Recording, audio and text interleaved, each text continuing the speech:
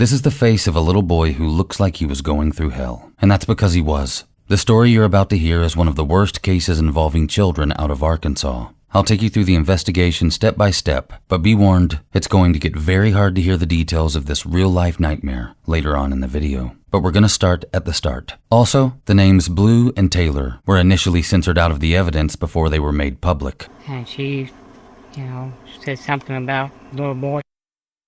Was he with me? I've used AI to clone those sentences back in. They're accurate to both the audio and the transcripts, but you might notice a slight change in vocal tone revolving around those names. And she said something about the little boy Blue. Was he with me? The hours of police interviews have also been condensed and edited down. Viewer discretion is advised. Ashley, what happened to your daughter? Why is she burn up so bad? If it's bad things you do, No, she was burned until you told me, sir. they will repay you. You may not want them to, but they'll come for you and they'll grab you. When you do bad stuff, your world will get rough. Ashley Rowland and Nathan Bridges didn't have any children together. And while they did live together, they had only been a couple for less than a year at the end of 2022. Going into their relationship, Nathan already had 2 kids from a previous failed marriage. Ashley also had a 5-year-old son named Blue and a 6-year-old daughter named Taylor.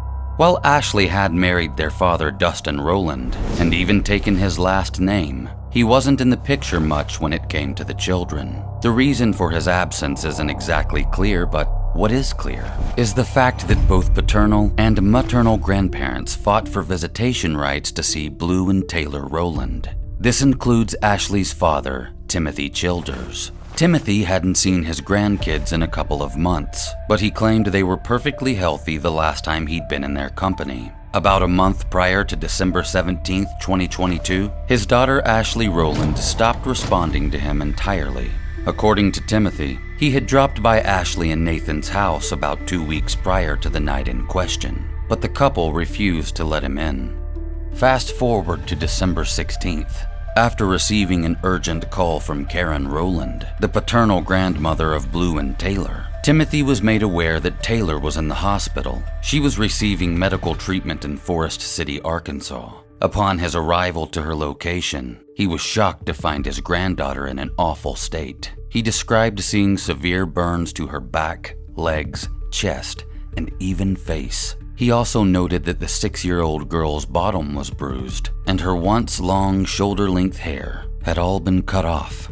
Taylor Rowland appeared malnourished and even had sores on her feet and toes. Unable to calm himself down, Mr. Childers gathered a few friends and decided to swing by Ashley and Nathan's house looking for a good old-fashioned what for, eventually even forcing their way into the home and turning it upside down in search of 5-year-old Blue Rowland. But the child was nowhere to be seen, and neither was Nathan Bridges, who had fled as soon as the group made entry.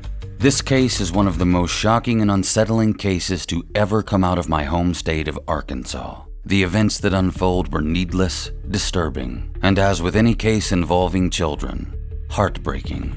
Most of the evidence you'll see and hear has never been witnessed by the public. The audio you're about to listen to is Timothy Childers' interview with the police moments after they arrived at Ashley and Nathan's house. The details revealed and what was discovered that night are unforgettable. And while shrouded in darkness, this story does not end without light. I'm Mr. Black, and this is One Crime.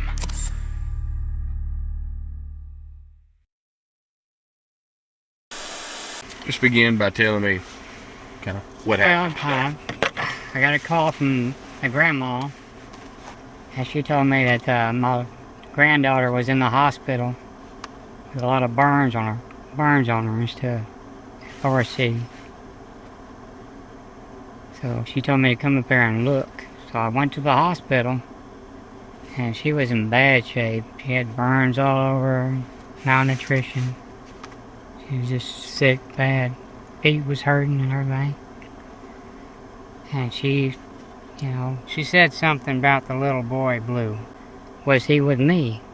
I said, no, just let her know that she'd be alright, that we can take care of her. So I told Grandma and Dad that I would find Blue. I'd find my grandson, And so the cop at the hospital said if he found Blue, he'd call me. He hadn't called me, and so I got some of my friends and come up here. Knocked on the door, and the boyfriend answered the door, Nathan. And we asked him where Blue was at. He said he didn't know. And, eventually we got in the house, searched the house, for him. And Nathan disappeared. Couldn't find him once we got in the house. And, I tried to talk to my daughter, Ashley, about what happened to Blue, and she was telling me about Taylor in the hospital for the burns, and I was asking her how come she didn't, call an ambulance or take her to a doctor, and said she had an appointment with a doctor Monday or something, but I don't know, so I knew something was wrong because it just didn't feel right. Of course, my friends would tore the house apart trying to find him or the baby. Couldn't find either one of them. And I finally, had to get everybody out of the house so I could talk to my daughter alone to find out what happened, And she finally told me that it was an accident, she said. She said he was in the bathroom and he came out and he passed out on the floor, and she tried to resuscitate him, but he had passed away, and he was buried underneath the floor in the hallway. What's your daughter's name, Mr. Childers? Ashley Rowan. Ashley Rowan? Yeah. Okay. So you got everybody out of the house. This house right over here at 211? Yeah. Okay. And Like we tore the house apart, Right. And what do you remember exactly what you asked her? Did you say where is? I said, what happened to where, just where is it at? If there's accidents happen, just tell the truth, just tell me, what happened to him. Just wanted to find out where he was at. And no matter what, no matter how bad it was. Right. It took a long time, but finally she told me he was gone. And she said that, what's your grandson's name? His name's Blue. Is that a nickname or a given name? It's a given name.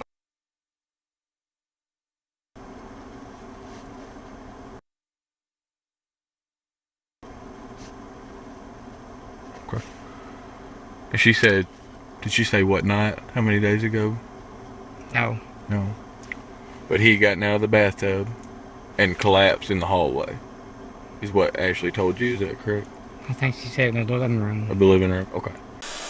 Ashley Rowland never told her father exactly how long Blue had been buried underneath the floor of the house, but she did admit that Nathan was the one that put him there. Ashley also told Timothy that the day the 5-year-old died, he had come out of the bathroom and simply collapsed in the living room. As soon as Timothy Childers heard the news, he made everyone leave the residence and then called the cops. Shortly after the authorities arrived, they found Blue's burial place under a carpet beneath the wood floor of the hallway. While the cops were on their way, Ashley agreed to speak outside with another woman who was at the house looking for answers. This woman's name is Rebecca Fitting. She's the ex-wife of Nathan Bridges. She's also the mother of Nathan's 2 children who often spend time at the house in question. Rebecca was able to shed more light on what it was like being in a relationship with Nathan.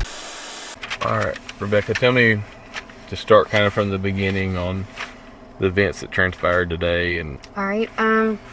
It was about between 8 and 9 when a concerned friend had heard that a DHS worker was coming to Morrow. Now, this house that they were going into is my ex-husband. He had my kids Thursday night, and he brought them home Friday. I have full custody of them, but I allow him visitation. So she thought that it was my kids because she had heard from another person that there was a little girl involved in burns on her body and had her hair cut. And they were concerned that it was my little girl. So that's how I got involved. I called my ex-husband's mom because that's the only way I could get a hold of them. But she wasn't around them, so I asked her what was going on. And I said, and they're also looking for Blue, which is the baby boy. Me and Ashley, the mother of the children, we had spent some time not alone together or nothing like that. We went to like the graduation for my daughter for kindergarten, and anytime that they came in and pick up the kids, she was there, Okay. And so we were acquaintances. Okay. So I was like, you know what? I'm going to go and I'm going to talk to her and I'm going to find out where this boy is, because I already know she's lying, because she was telling everybody that the boy was at the grandpa's house, but the grandpa was actually here looking for the boy. So I got in my truck and I came over here. Nathan was not here by then. So when I pulled up here, I started banging on the door because the door was locked. The grandpa was in there. He unlocked the door. And he was like, no, just let me talk to her. Just let me talk to her. And I was like, no, I'm not going to hurt her. I'm not going to put my hands on her and nothing like that. I'm not that evil person, I'm not going to beat your butt. But I said, just let me talk to her. She will talk to me. Because I'm a mom, and I figured mom to mom would be best. I have young kids. I understand. Sure. So when he wouldn't let me in any further than the doorway, I called her name. I screamed her name. I said, Ashley, Ashley, come here, please, just talk to me. So she came out of the living room and came to me. Okay. And she was like, look, she told, I guess that's her dad, I'm not too sure. She told him, let me talk to Danielle. Just let me talk to Danielle, which that's my middle name. Gotcha. Okay. You go by Danielle. Okay. Yeah. I said, Ashley, come out to my truck with me. And the father was like, no, she don't need to go out there. All them people are going to jump on her. I said, no, they're not. I said, if I tell them, don't touch her, they won't touch her because they're family.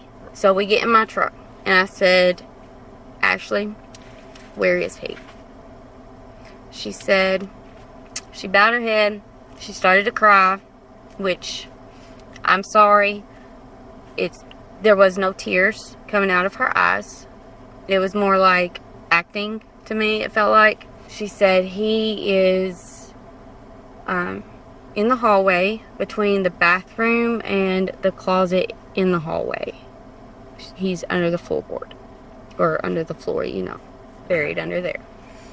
And I asked her, I said, did Nathan have anything to do with it, which is my ex-husband? She said no.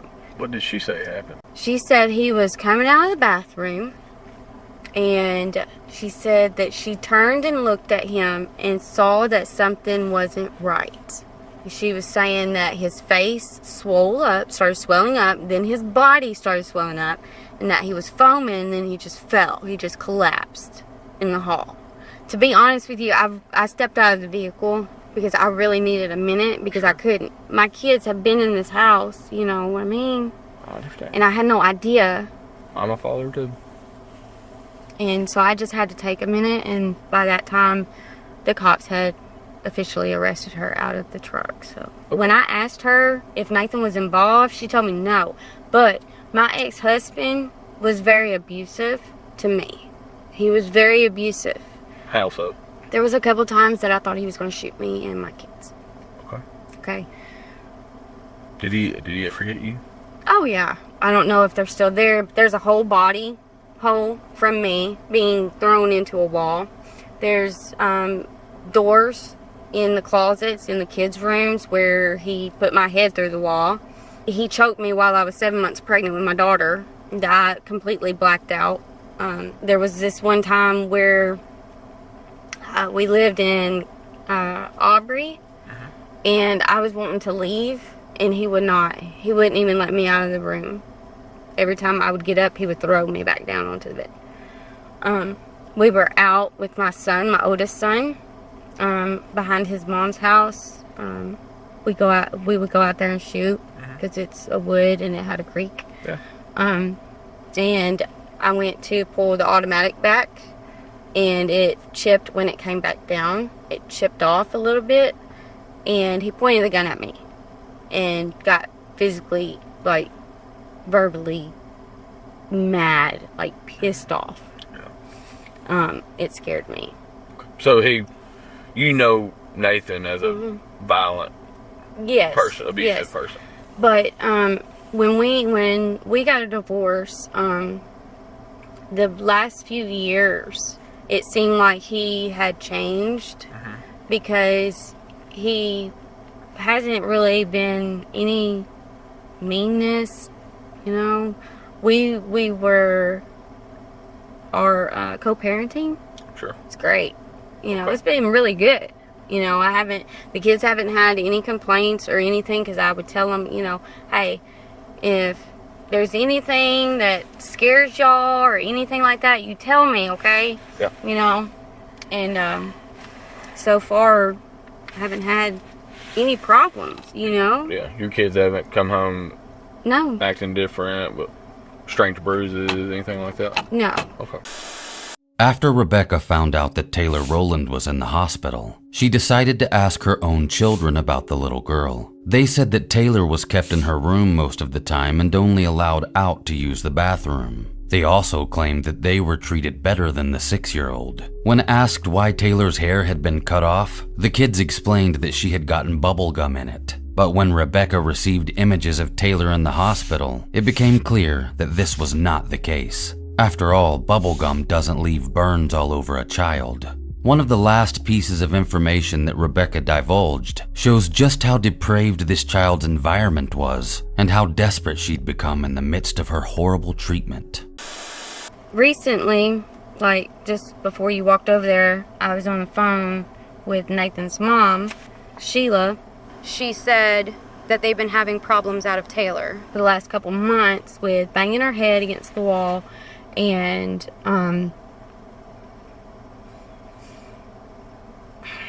eating her own feces and peeing on herself, and that they lock her in that room. I wanted that baby. I would have come and got both of them. All she had to do was call me, because you see this shit on TV. I'm sorry. Okay. You see this shit on TV, right? The crazy thing is I lived in this home. And my kids have been playing in this home. Been staying here every other weekend. And I don't know how long that poor baby's been there.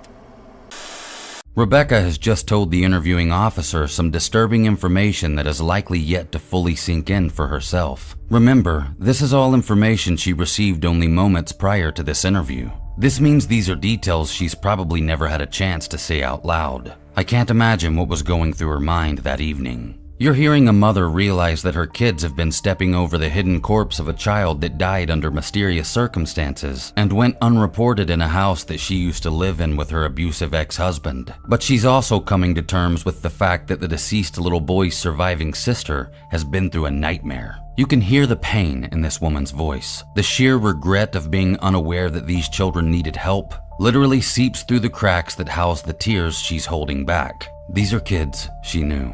I believe Rebecca would have done anything she could had she known they were in trouble.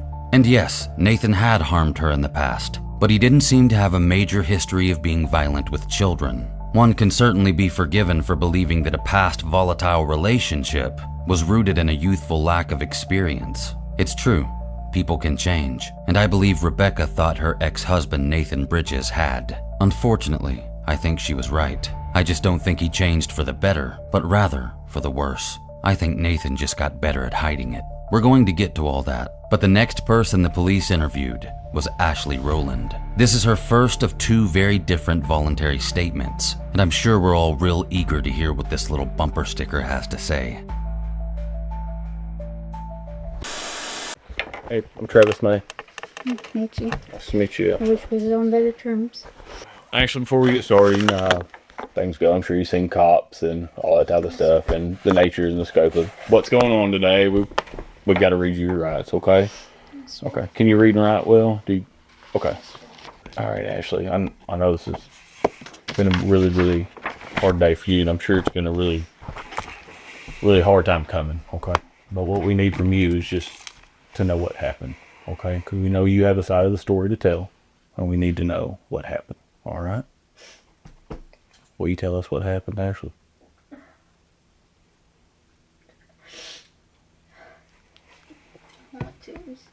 I'm hurting from earlier. A woman pushed me before cops came to the house, and my head's just splitting really bad. And I want to talk. I just started really bad. Had a real long day. Well, you take your time. Okay, we're just here to listen to your story. Okay.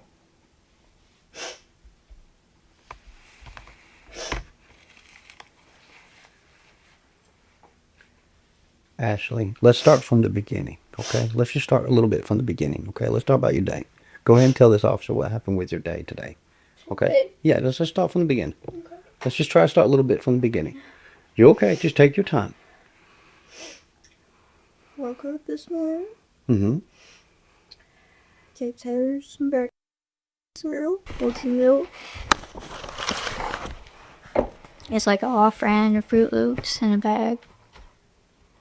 And I was just giving her some cereal. And Nathan took his kids over to his brother's house so they could play with their cousins. I stayed at home to make sure she was okay because she's still healing from the allergic reaction that she had. I don't know how to explain it. It was, her face swelled up about a week ago when she was healing from it. And I just wanted to stay home with her and take care of her today. And the next thing I know, a cop is knocking on my door with Karen and I. And they said that they had to take the kids away. I didn't know why. I mean, I know I missed court yesterday because the stupid truck and the battery wouldn't start. I explained to both her and the police officer that please don't freak out. She's still healing from her allergic reaction. Please don't pick her up and it's, harsh or nothing. Be gentle with her. That's all I asked. I said, and please, whatever you do, please do not give her any mustard. Because I'm pretty sure it's because it was the last thing that she ate, but I don't know how allergic reactions work. And I dressed Taylor, put socks and shoes on her, and a coat, and a hat, make sure she was warm. Her hair was a little short. She had an incident a few months ago back in summer. She ended up, she was outside playing with the kids and stuff, and had instant warm oil in her hair. I don't know why. I tried to save her hair. I tried to, not cut her or anything. It just kept falling out. So I ended up patting about her hair instead of her hair felt natural. And I was trying to carefully take Taylor inside, and next thing I know, her grandmother snatched her from me and said, "This is Blue." And I was freaking out about her hair and stuff, and I was trying to explain to her about that. I know it makes me look like a bad mother. I feel bad if she ended up having her hair cut like that. I wish it didn't have it. I wish that I could have prevent her hair from falling out like that, and had something I could put in her hair to prevent it from happening. And I didn't know she was allergic to anything. She's always had a lot of medical issues since she was born. Yeah, she's always been the one that got sick. Yeah, I always took care of her. Even though I don't know, I always loved her, always took care of her, no matter how large she was trying to be on me. I don't know, I was like, she was not really a whole lot of physical violence towards me, just, saying mean things to me, not doing what I asked her to. I tried to get her to her schoolwork. She wanted that because I had to put her in homeschool because she kept peeing on herself a lot, and the school wouldn't take her. I couldn't understand why she was peeing on herself so much. And she just kept telling me because her grandma always let her pee in the bed with her, so she thought that it was okay for her to pee on herself and be changed. And I kept telling her, I said, "Hey, do this. It's not healthy. It's not healthy for your body. It's not healthy for you to sleep in your bed like that. I want to keep you clean. I want to keep your bed clean." Anybody else come to your house today, Ashley? Yes, sir. Who was that? Out of nowhere, just a whole bunch of people showed up. My dad was outside. Some other guy that I don't even know who he is, and I was trying to talk to my dad, and I was like, too many people. I have really bad anxiety issues. I don't like talking to too many people at once because I just shut down. I don't like too many people at once. And I didn't even get to say anything to anybody, and the dude that I didn't even know had got a phone call about something, and he yelled out, and I was like, "What did he say?" Because I didn't know what was going on. I was sitting there trying to talk to my dad, and I was at the doorway just talking to him.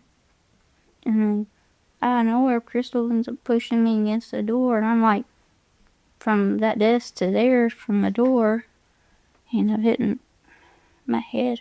I guess that's why it hurts so bad.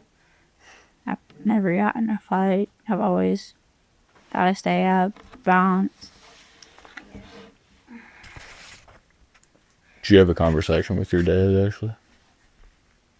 Yes, I did. What'd y'all talk about? I found my kids.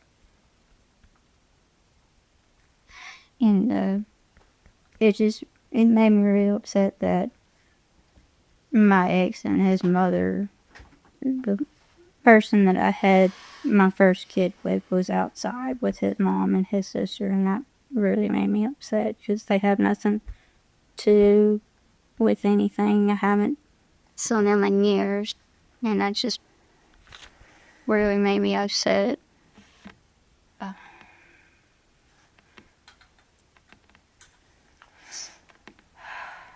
What did you talk with your dad about, Ashley?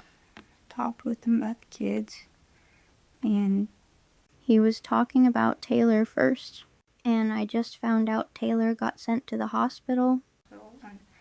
I'm trying to calm myself down because hearing about her being in the hospital, it freaks me out. I'm like, hearing her being hurt like that, I don't want to see her in the hospital. She's been in the hospital way too much as a kid, being sick all the time. She ended up having a heart murmur when she was born, and then had an eye surgery. She's just been through way too much. And I just wanted to show her that if I could take care of her, and she didn't have to. What did y'all talk about after you talked about Taylor? What did you tell your dad about Blue, Ashley? I still want anyone to hate me. I feel bad enough for everything. Nobody's gonna hate you, Ashley. They do. Everyone hates me. It's something that I couldn't help. I don't believe. I heard enough as a mother. Do what? I heard enough as a mother. Okay? I lost too much. I don't have anything left. And hurting so bad. Ashley, listen. You are a good mother, okay? You were just sitting here telling us about all the conditions, okay? Well, just listen. You were sitting here just telling us about all the conditions. Everything you knew about Taylor. You knew every part of it. You knew every single thing that she's ever gone through, okay? First, you got to quit thinking that you're a bad mother, okay? It don't matter what people think, okay? It don't matter what people think. You got to know in your heart what you are. I do know that. And I believe that with all my heart, okay? I love those kids. I would never hurt anybody. I always help people. I've never gotten in trouble. This is the first time me ever being in handcuffs is. So, Well, I know. I blame myself, okay? I feel because I'm the mother, I'm supposed to make sure that you're okay. I don't know what happened. I know. I feel so lost. A lot of things are out of our control as parents, Ashley. Okay. It happened so fast. I don't know how to explain it. What happened, Ashley? It's okay. Where do I start? I mean, it just happened so From the beginning. I don't. Because he was never the one that gets sick. He would always, if he got sick, he'd be sick for a day or two and he'd be fine. He always had a strong immune system, and I thought whenever he gets sick, it always, and it's just, he was the huge mama's boy. His birthday was today. It's today. It's her. I'm 60. I don't know how to explain it. Just tell us what happened, Ashley. It's okay. We just need to know what happened. All right? I don't even know what exactly happened. It just happened so fast. What happened? It's okay. Whatever you can remember, it's okay. All I know is that he went to the bathroom and he came out and he wasn't acting right at all. I don't know what happened. He just fell and I was trying to help him so I could get him to the hospital. I didn't know what happened. I don't know. That's why it hurts me so much, because I'm his mother. I'm supposed to know. And I don't know. I'm hurting so bad because the mother's supposed to know what happens to their kids. It was supposed to know every detail and to make sure it's okay. And it hurts me the most that I don't know what happened. I've been so sad and hurt. Because I haven't been the same since then, because I don't know what happened. It just hurts too much. And I try to think about what could have caused it, what could have happened. Did he get in something I don't know about? I don't know, and it hurts that I don't know. I understand. I love that voice so much. And I cared about her too. I cared about both of them. That's why I wanted to get away from their dad, because he was into alcohol too much, and I didn't want them to see their dad like how their dad died from alcohol. I didn't want them to go through that, because he put it through him through so much pain. Sure. I didn't want the kids to see that. You're a good mom, Ashley. Can you remember if Blue said anything to you when he came out of the bathroom? Say his tummy hurt? Did he say anything like that? Just walking by. His eye was kind of like unresponsive, kind of looking like he just threw it backwards. I'm like, you okay? What's wrong, Boo-Boo? That's what I was thinking with Boo-Boo. And he fell. I don't know what happened. It was so fast. I rushed to. Sure, I hope him. I was like, something's wrong. I don't know what's going on. And I was trying to. He didn't have pulse. His pulse was getting weaker. And like I said, I don't know what happened. It just happened so fast. I don't know what he got into. And it hurts me that I don't know that. Was anybody home with you when it happened?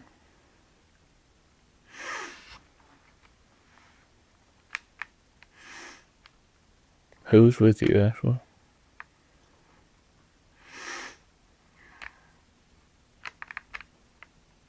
It's okay.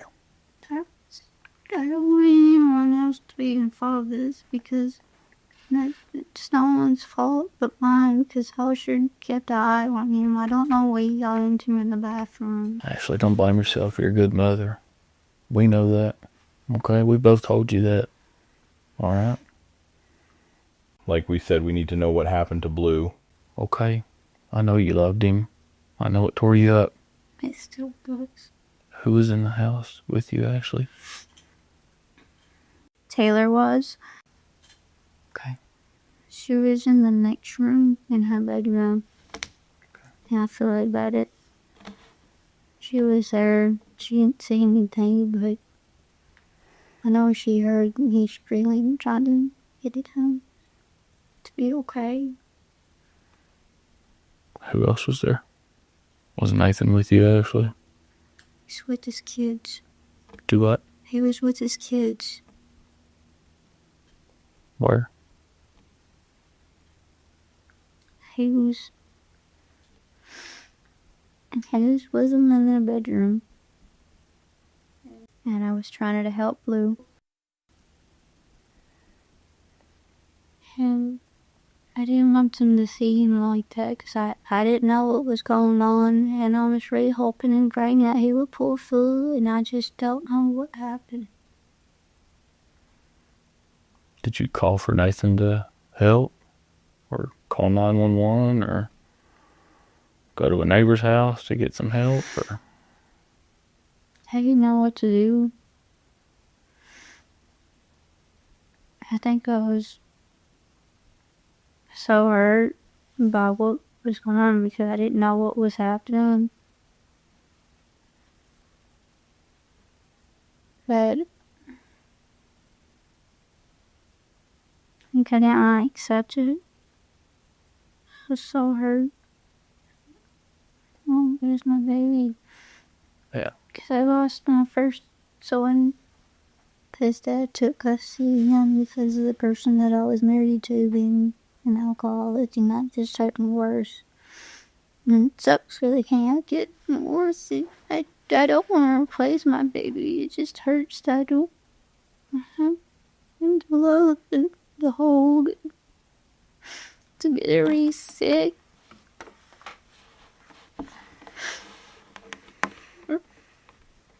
I was so lost and confused. I don't have my grandma anymore. She died in 2019. I don't have anybody anymore to talk to, really. Talk to and figure things out. When did you tell Nathan about Blue, Ashley? Did he hear you screaming? And because we know you were upset. Yes. Okay, did he come out of the room?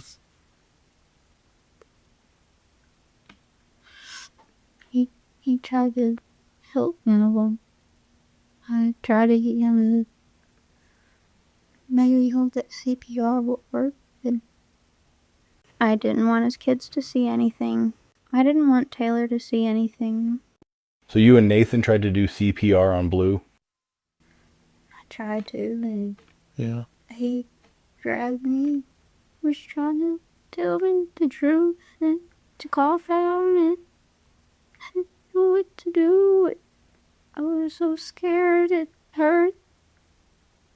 Not really wanting to accept the fact that he's really gone. Here's what you said, though. I don't know if you realize what you said. You said Blue came out of the bathroom. Yes, sir. To summarize, at this point, Ashley claims that after Nathan pulled her away from her son's lifeless body, he proceeded to tend to his own kids and Taylor. When the cops ask Ashley exactly when this terrible night happened, she states it was on the evening of September 9th at around 11 p.m. This means Blue Rowland had been under the floorboards of that house for months. Ashley continues to cry about how hard the situation is to talk about and how much she didn't want her father to find out this way. But now the detective wants to go back over some of the vague details in Ashley's recollection of events on the night Blue died. And he looked funny. Okay? And then you said Nathan came out with you. Okay? After I was trying. After you were screaming. After you were screaming and trying to help Blue? Correct?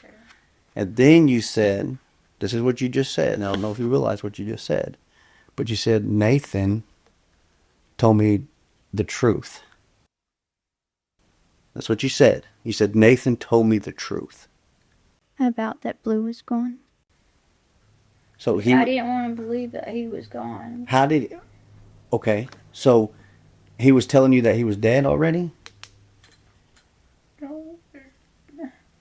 What do you mean? I'm trying to tell you. I don't want you to You- twist. I know you're not trying to. I know you're not trying to. Just don't you twist my words around. I know you're not trying to. I'm not trying to be rude. No, you're Or not to you. being rude at all. It's been a really long day. I know it's been a long day for everybody. So what do you mean by he was telling you the truth? That's what I'm trying to explain to me what you're talking about. So, elaborate what I was trying to say. I was trying to tell Nathan to help me. I said, I can't get in to breathe. I need help. Okay. And this has been like minutes and minutes after trying, and he's keeping his kids from singing, hey, and I finally, after trying really hard, I can't get him to have a strong behavior and saying, I have hope, try him, get him come back. Okay, then he told you that. And he looked at him. He looked at him. He dragged him by the shoulders. Said, baby. She said, let's go.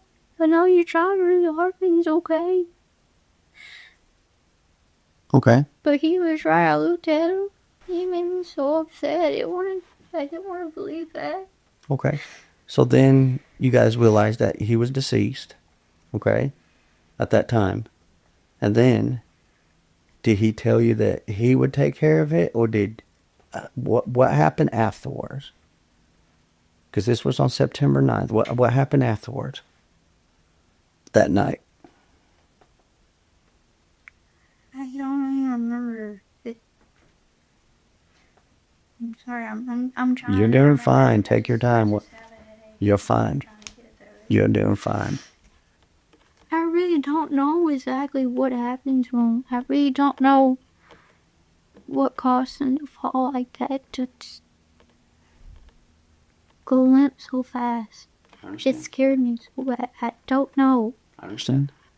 Ashley is extremely frustrating to listen to. She constantly dances the answers to questions around snibbles and silence before bringing the spotlight back to how hurt and upset the death of Blue made her. She's far more concerned with how hard this has been for her and just how much she's lost. But Ashley wasn't concerned enough at the time to call 911 and report that her son was unresponsive. She was also seemingly able to live in the house his body was buried beneath for months, while other children came and went, with no problem until the day this interview took place. There's nothing Ashley can say at this point that will justify her inaction. Even if it turns out Blue's death was in fact an accident, she's still arguably a terrible mother and horrible person. Her and Nathan both are. But spoiler alert, this was no accident. Far from it. The truth is shocking and disturbing beyond comprehension, but we'll get to that. Right now, the officer is trying to figure out the sequence of events that occurred between Blue's death and him ending up under the house. He brings religion into the equation by asking Ashley if she reads the Bible. She claims she's been reading the book every day and has been saved by the faith since she was a child. This is when the detective mentions a Bible verse that says, "The truth shall set you free." He's playing on her conscience, assuming she has one. He believes Ashley is covering for Nathan, so he continues to play the religion card while trying to convince her that she's a good mom. Now, he obviously doesn't believe that, but he's establishing rapport that might lead to answers. But that's a hard task with Ashley as she continues to skate around the questions she's asked.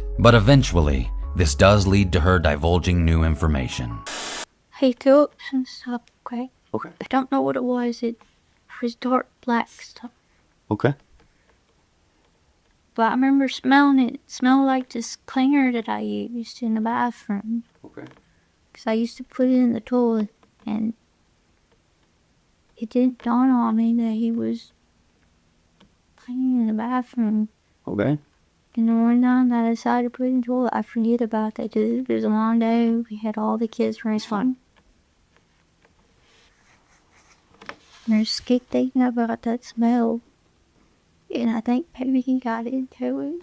So my question is, okay, we understand what happened to him, how the death, okay? I understand that.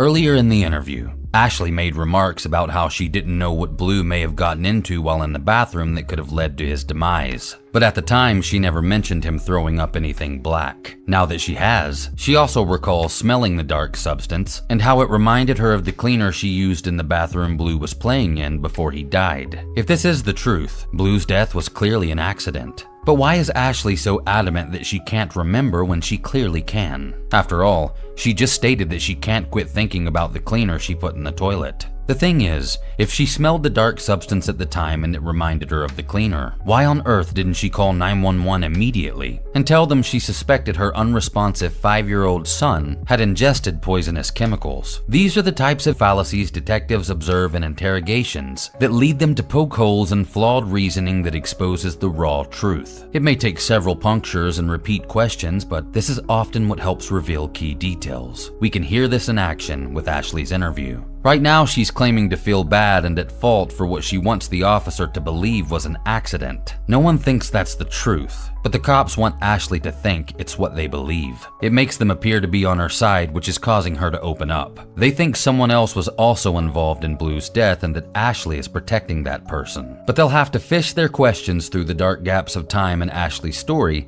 to find answers that actually bite. My question is, though, Ashley, look at me. My question is, how did he get to his final rest?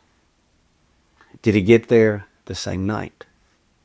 It was technically, I don't know, because it was so late at night. Okay. So it was technically kind of the same night, just morning, early mornings. Something like that, I guess. Okay. It's hard to pinpoint. So, my question is,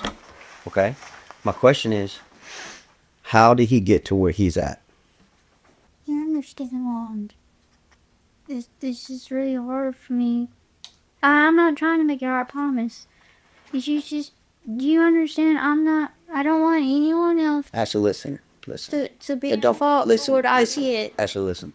It don't matter. Because I asked them to help me. Okay, that's fine. But that's all I want you to know is tell me how he helped you. Tell me how he helped you. What did he do to help you? Look at me. I'm going to go with you, ask him to help you, okay? Now you tell me, how did he help you?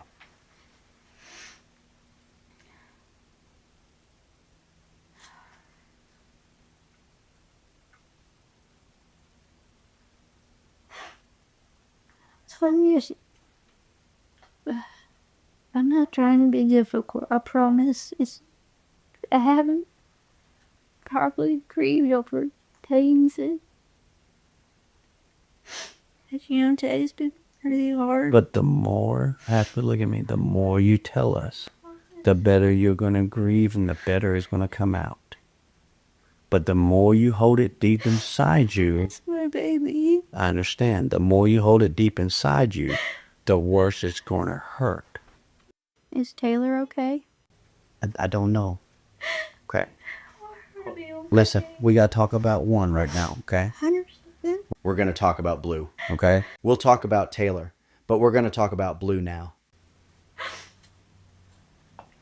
So, how did he get to where he was?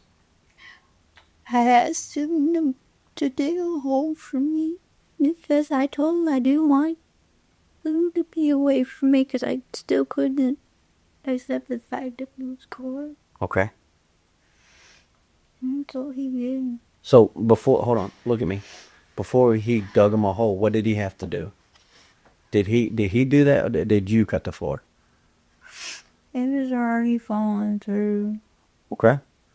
And he had some pieces to make it thick enough. So, what did he use to cut the piece with? Don't remember. Okay. Was it tools? That's what I'm asking. Yeah. Okay, that's fine. All right. So, and then he's the one that dug the hole. I asked him. I understand that. Okay, I understand that. And then he dug the hole. Okay. And then what was he in?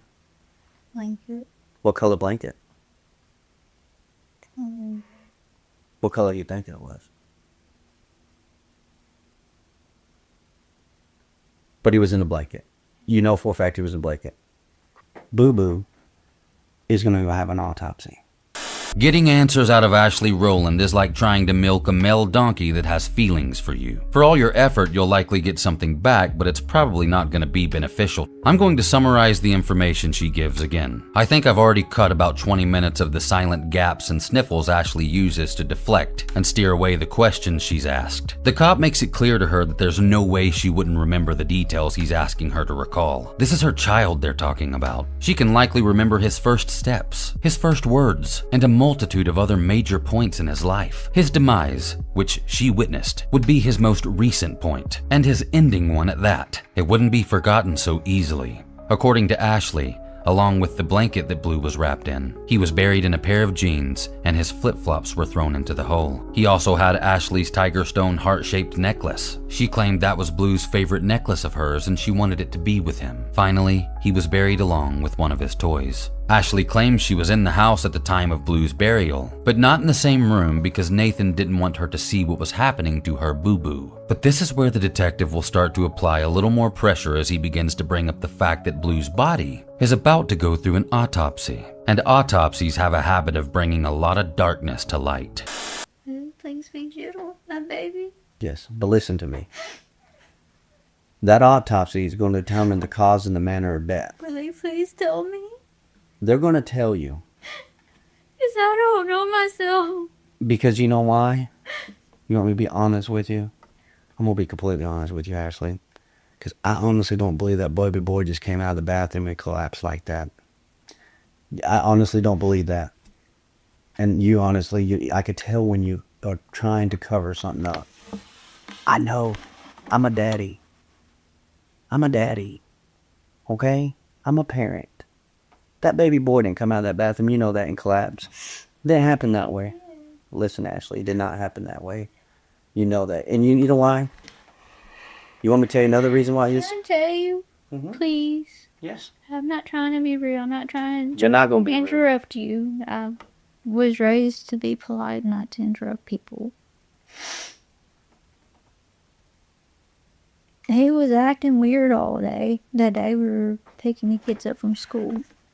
I didn't know why he was acting so weird. I've been having issues with his sister before that. It scared me really bad. And I still loved her. I still wanted to take care of her. I was trying my best to keep them separated. Okay. Sorry, it hurts to talk about because it... No, you need to talk about it because it will help you feel better. But the only way you're going to feel better if you tell us the truth. That's what I'm trying to do, sir. Okay. So what happened on September 9th night? Summarizing again, Ashley continues to blame herself for Blue's death, but only by taking responsibility for putting the cleaner she claims the child might have ingested into the toilet. But the detective refuses to let her fall back on that excuse and instead decides to change the question slightly. It's crucial that he keeps Ashley from leaning into the denial she's so set on using as a crutch. She's comfortable there because in her fantasy, the only bad guy is her, and only at the hands of a terrible mistake. But what happened to Blue, and Taylor for that matter, was no accident. A new question with roots in the same grass just might get authorities closer to answers. And it began with a Freudian slip from the mouth of the lead detective. But was it actually a slip or a tactic? You be the judge. He was acting weird that day too. And I don't know what was going on. It was all happening around the same time that his sister was hitting him in his seat. And that day he was acting really funny. Like he wasn't his normal self. He was not wanting to talk. He wasn't being very responsive. That makes sense. He felt looked like he's really out of it. I said, what? No. So you think his sister did something to him? I don't know. Ashley, you want me to? I'm gonna be frank with you now, okay? I'm gonna be completely frank with you. First story was, hold on, look at me. There's no time. Don't look. Put your head down. Now we're gonna talk. First story was, we've been in here probably for at least an hour, okay? First story was, he probably went in the bathroom, drank some cleaner, came out, looked at you. Hold on. Let me finish. Let me talk now. He came out, he stumbled, he hit the ground. We gave him CPR.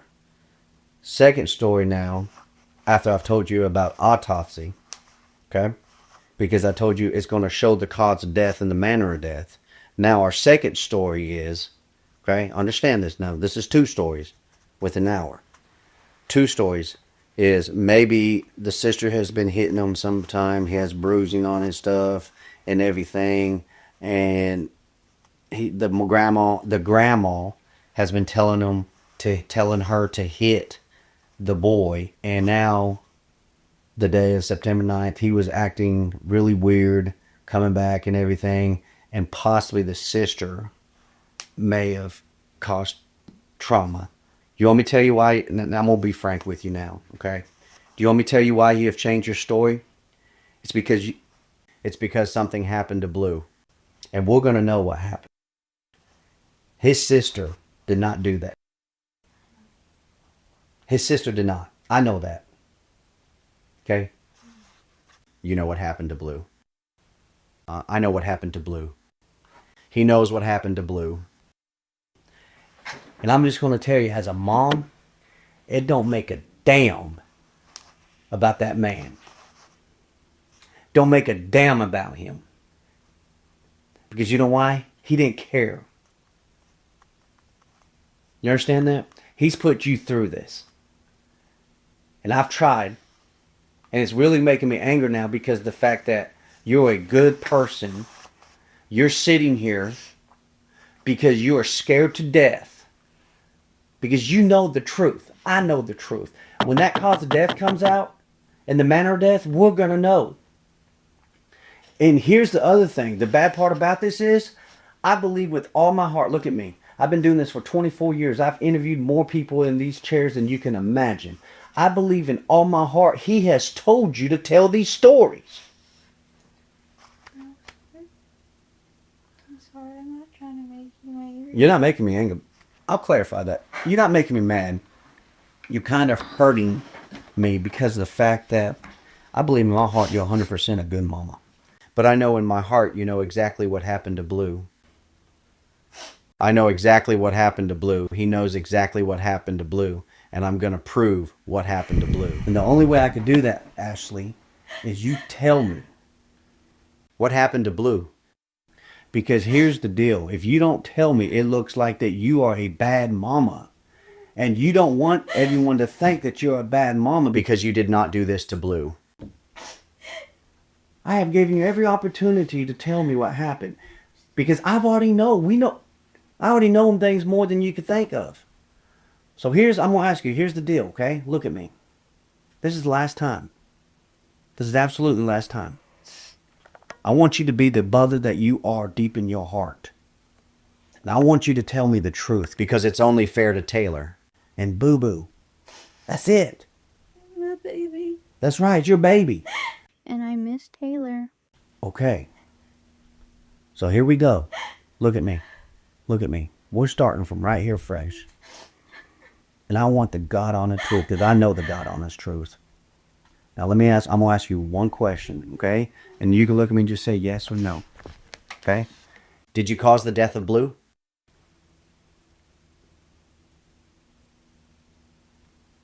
Were you there when Nate? Were you there when Blue died, yes or no? Yes. You were. Yes, sir.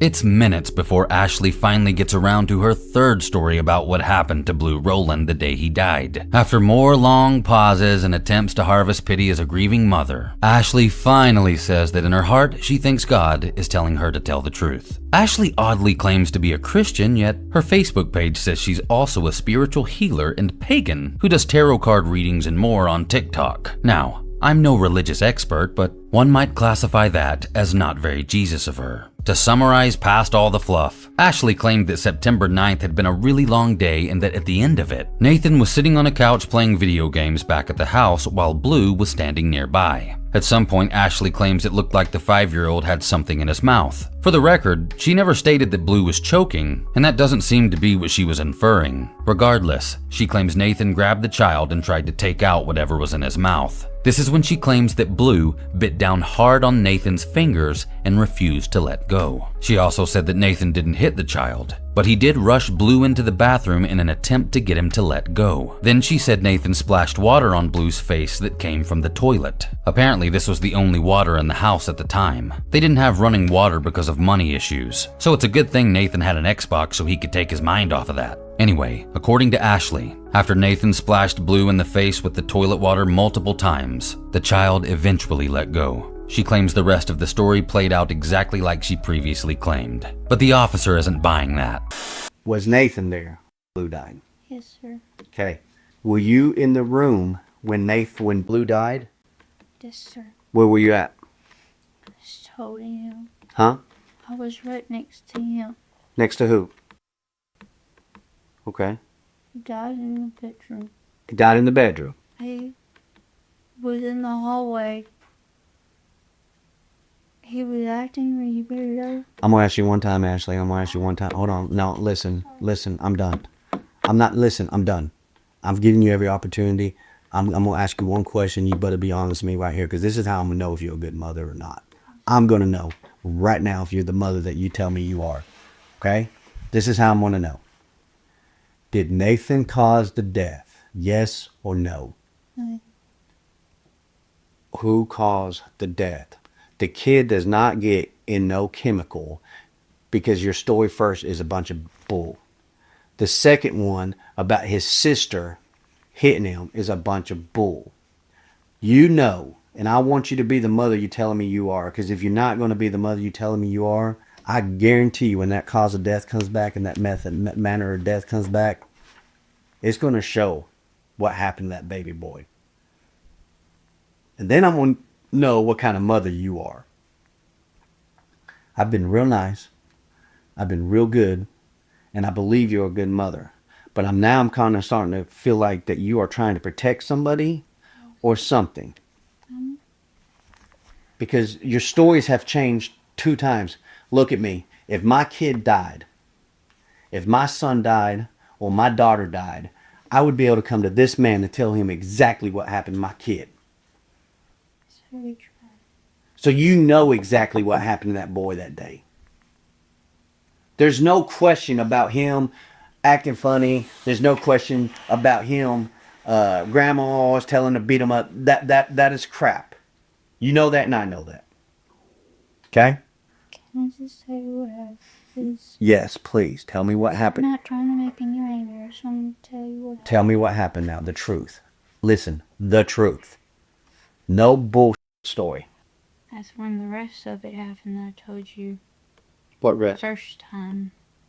It's just no use with Ashley. There's clearly more to her ever-changing story, but she continues to blame herself and this cleaner she put in the toilet. She also continues to claim that Nathan never hurt her or the kids. But in about a minute, the other cop in the room is going to ask a specific question, and you're going to hear Ashley answer very, very quietly, confirming what they thought all along. And then he came out and collapsed. He threw up. Listen to me. You are about right, and I believe the truth about maybe he stuck his fingers in his mouth. Okay? But I don't believe you're telling me the whole thing right. Hold on, stop.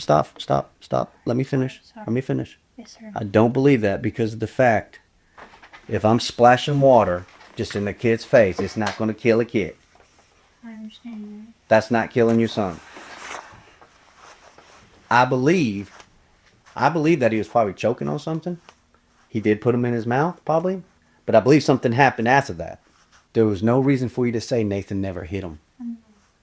You know why you said it? Because Nathan hit him. Point blank. And you know that. And you know what's so bad? You know what's so bad, Ashley? Look at me. You sit there and watch him hit your son. And that's why it hurts so bad. And you know what's so bad? Is that you're scared to death of him. Okay? I know what happened to him. Okay? Your son did not die from water in his face or the chemical. Your son died, and I'm going to look at me and I'm going to be blunt with you. It's because of Nathan. Nathan. Blue would be here. And you would be able to take care of him if it wasn't for Nathan. And my question is this. Why would you protect that vulture? Protecting buddy. Yes, you are. I just don't want him to lose his kids because he didn't do anything but try to help me. No, that's bullshit. And I'm going to call you out on it, Ashley. Look at me. Stop. Be the mama that we think you are. Tell me the damn truth. You know and I know, because you said the truth, but you didn't want to say it because you and I know, because I never asked you about him putting his hands on him or nothing. You're the one that said, oh, Nathan never hit him, though. You know why? Because Nathan hit him. Sir, Ashley, he did not hit him. listen to me very carefully. Tell you. Hold on, no, stop. Now I'm done. I'm done. Please, Listen, no, listen. We're at the point now. please. No, listen. That cause of death, I wasn't in the room. thank you. I was in the living room and the door was open and he was in the bathroom room, so I don't know exactly what happened. I just know that when he came out, he was wet. You know what killed your son? And you know what killed your son. And it would be so much better on you as a mom if you just say what killed your son. I just want him to be okay. Hey. I miss my baby. The release that you're going to feel in about 10 seconds when you tell me exactly what happened is going to be an incredible feeling. I know. So tell me right now. What happened to Blue? How did Nathan kill Blue? Ashley, All I remember, how'd he do it? None of this, all I remember, none of that. Just say, did he punch him? Did he drown him? In the toilet? I know he did. it hurts so bad. Listen to me, Ashley. It's my fault. Did you see him? Did you see Nathan put? Blue's head in the toilet? No, sir. You didn't? No, sir. I was in the other room. I was in the living room. That's the only thing I know. I didn't hear anything. All I heard was sound like water. I think it just went too far. I was trying to tell him You didn't do it, Ashley. It's not your Back fault. into the living room. And he wasn't standing upright. He was not wanting to stand on his own. I said, Nathan, something's wrong. Hands over. And I'm trying to give him CPR. All this black stuff came out. And I kept on and on, trying to make sure that he had a pulse so I could get an ambulance or take him to a hospital. And nothing was working. And that's when Nathan pulled me to the side and told me that he was gone. How do you keep on and on and on trying to make sure someone has a pulse? Ashley already insinuated that Blue didn't have one. Why would she be trying to restore his pulse before calling an ambulance or taking Blue to the hospital? She said herself that nothing was working to revive the little boy, her 5-year-old son. Ashley knew what to do, but did nothing. These are the little holes the detectives are picking at in this interrogation. But the next information you're about to find out is going to make Ashley's inaction even more mind-boggling.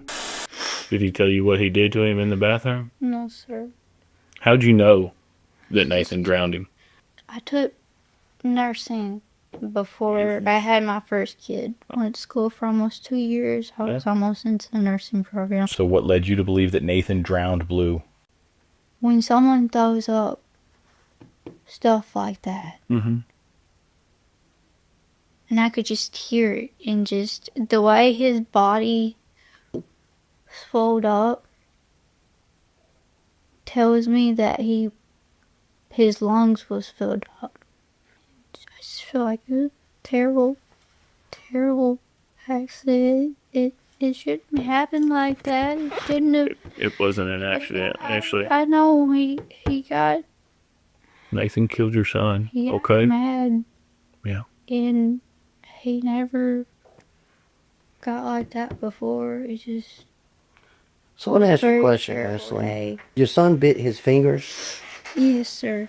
and then he took him to the bathroom To try to let go. to get him to let go. He wouldn't let go of his fingers. He was able to open his mouth enough to where he can get his fingers out. Okay. After He Nathan, loved that. after Nathan got his fingers out of his mouth, what happened, Ashley? For some reason, he was acting like he was sleepy or something. And I made the remark, why don't you just try to put some water, because we had some gallons of water. Okay? I thought he was gonna splash a little water, But then what did Nathan do? he dumped his head in the toilet instead. And he didn't know that I had put the... Hey, I'm not trying to, I promise. I promise. Okay. Promise. So Nathan put Blue's head in the toilet that was full of water. For how long? It wasn't very long. It didn't seem like it was very long. It was like quick. And Why did he put him in the toilet though? I don't know. Because you said his hands were already out of his. Yes, sir. So he took his hands out. So he took him in there to punish him. That's exactly what he did. He was mad. You just And here's the other thing. That's not the first time he's probably punished him like that. No, it's not. Here's the deal. Okay, your daughter is in the hospital with major burns. Okay? I didn't know it was burns. It's burns. You want me to tell you why? It's because Nathan is violent. Nathan is mean.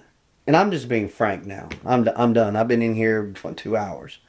You guys have a wire, or maybe Nathan does, where it holds the girl's door closed where she can't get out. No, sir. Yes, it does. We saw it. That is put there to keep Fancy from going in Lila's room and tearing up her room while she's gone. Okay, fair enough. Let me ask you this, though. You want to talk about Nathan. Ashley, I'm at the point where I'm tired of you trying to protect this guy, because here's the deal. You're the damn mother now, okay? Sir. You lost a son already Yes, sir. because of Nathan. You have a daughter in the Lebanon hospital right now with major burns. Children don't just get burns on their body. Does not happen. There is a problem. One child's deceased. One child's in the hospital, Lebanon hospital, in bad shape. Do you not see that? Yes, sir. You know why? It's because you've seen that guy do some mean things. But you know what? You have no reason to be scared of him now. This is the way that you are free. He drowned for a punishment. That's not a punishment. You know what that is? That's a torture. Your baby, 5 years old, drowned. How old is Taylor? 6. Your baby, 6 years old, is over there in pain because of degree burns. They had to take her from Forest City Hospital and transport her to Lebanon. That's how bad she is. Lebanon is a burn place. A baby at 6 years old does not burn herself like that. You know what's the bad part? You know what happened to Taylor too.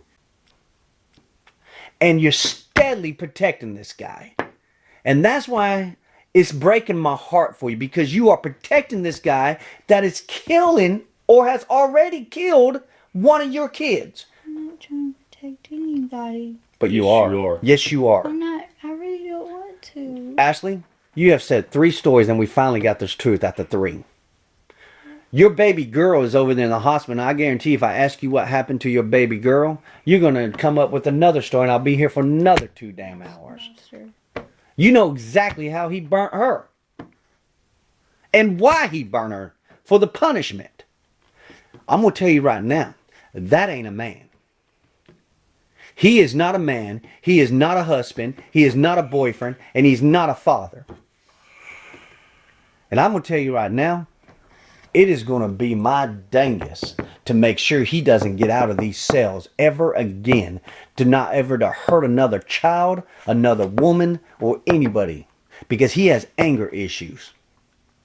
A grown man should not take a 5-year-old child, boy, and put him in a toilet. Will his kids be okay? You want him to have his children after he has killed your son and has burnt your daughter?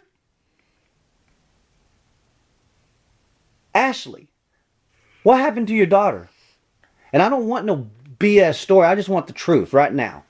Why is she burned up so bad? When did she get burned up, first of all? Thank you. A week ago. How did he burn her?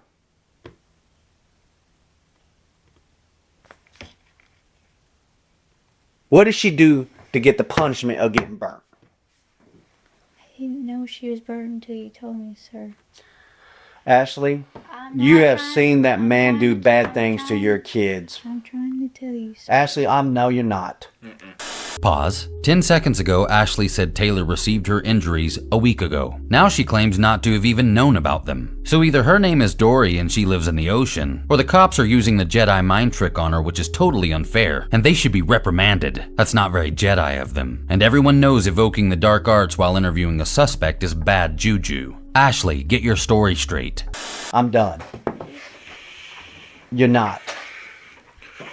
You know how he stays in prison the rest of his life? You know what does that? Me.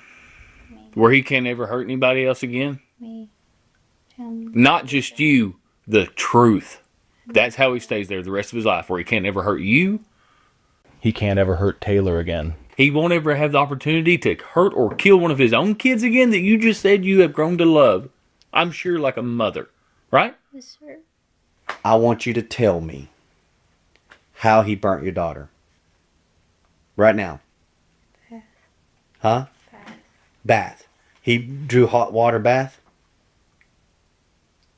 Huh? Yes, sir. And threw her in there for punishment? Do not throw this on your daughter. Hey, look, I'll make it easy for you. I know she's been having behavioral issues. Okay, I know that. We know that. We know all sorts of stuff. She's been through a lot. Okay, all right. So, okay, done. You don't even have to say that. He drew a hot bath and put her in it to punish her.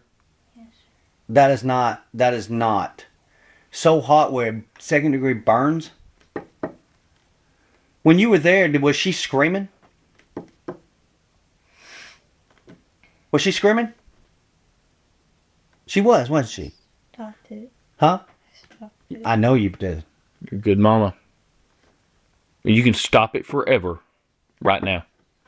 Ashley's first interview concluded shortly after this. She maintained that burying Blue under the house was all Nathan's idea, but did state that she wanted her baby to be close to her. She doubled down on the narrative that Blue unsteadily walked himself out of the bathroom after Nathan took him in there before collapsing, which makes zero sense because she previously stated his body was swollen up and seemed to be full of water. She also claimed Nathan never threatened her if she were to report Blue's death. Instead, she claims that she cares about everyone else so much and that no one ever cares about her. But she believed Nathan did. And that was obviously more important than the fact that he murdered her 5-year-old son by drowning him in a dirty toilet. All right, Nathan. You've seen cops before? On TV? Yes, sir. Yeah. I'm half asleep still. I understand, man. I'm with you.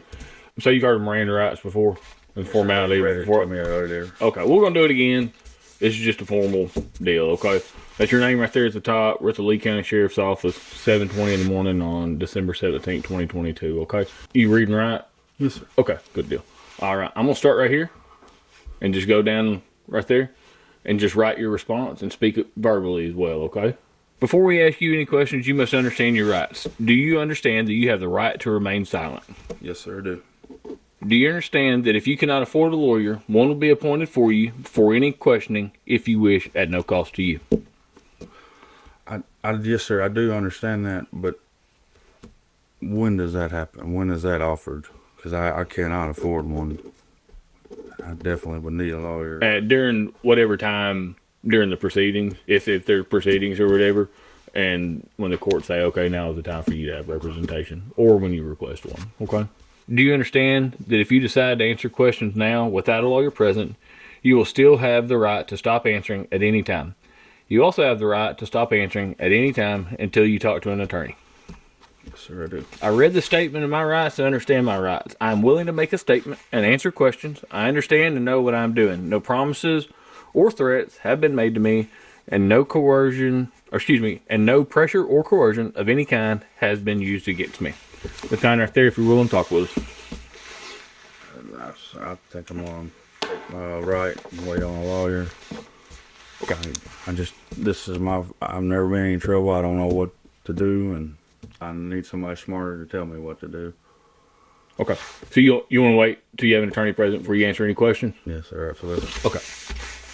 Unfortunately for us, that's all Nathan had to say for himself. He's actually never spoken out publicly about his involvement in the murder of Blue Rowland or the harm that was caused to Taylor Rowland. But don't worry, because 10 days later, on December 27th, 3 other people did. The first one was Ashley's father, Timothy Childers. During his second interview, he was read his Miranda rights. As we all know, this means you're being treated as a suspect in the crime you're being questioned about. It turns out that the day Timothy showed up to Ashley's house looking for Blue, he and his crew weren't the only ones. In fact, Ashley's ex-boyfriend and his partner also turned up at the residence looking for answers. The ex-boyfriend wasn't Dustin Rowland, but rather the father of Ashley's first son that she no longer had anything to do with. Timothy Childers and this guy weren't fans of each other, to say the least, and he claims this ex showed up just to cause problems. Apparently the guy even went as far as to claim Timothy had helped cover up the murder of Blue.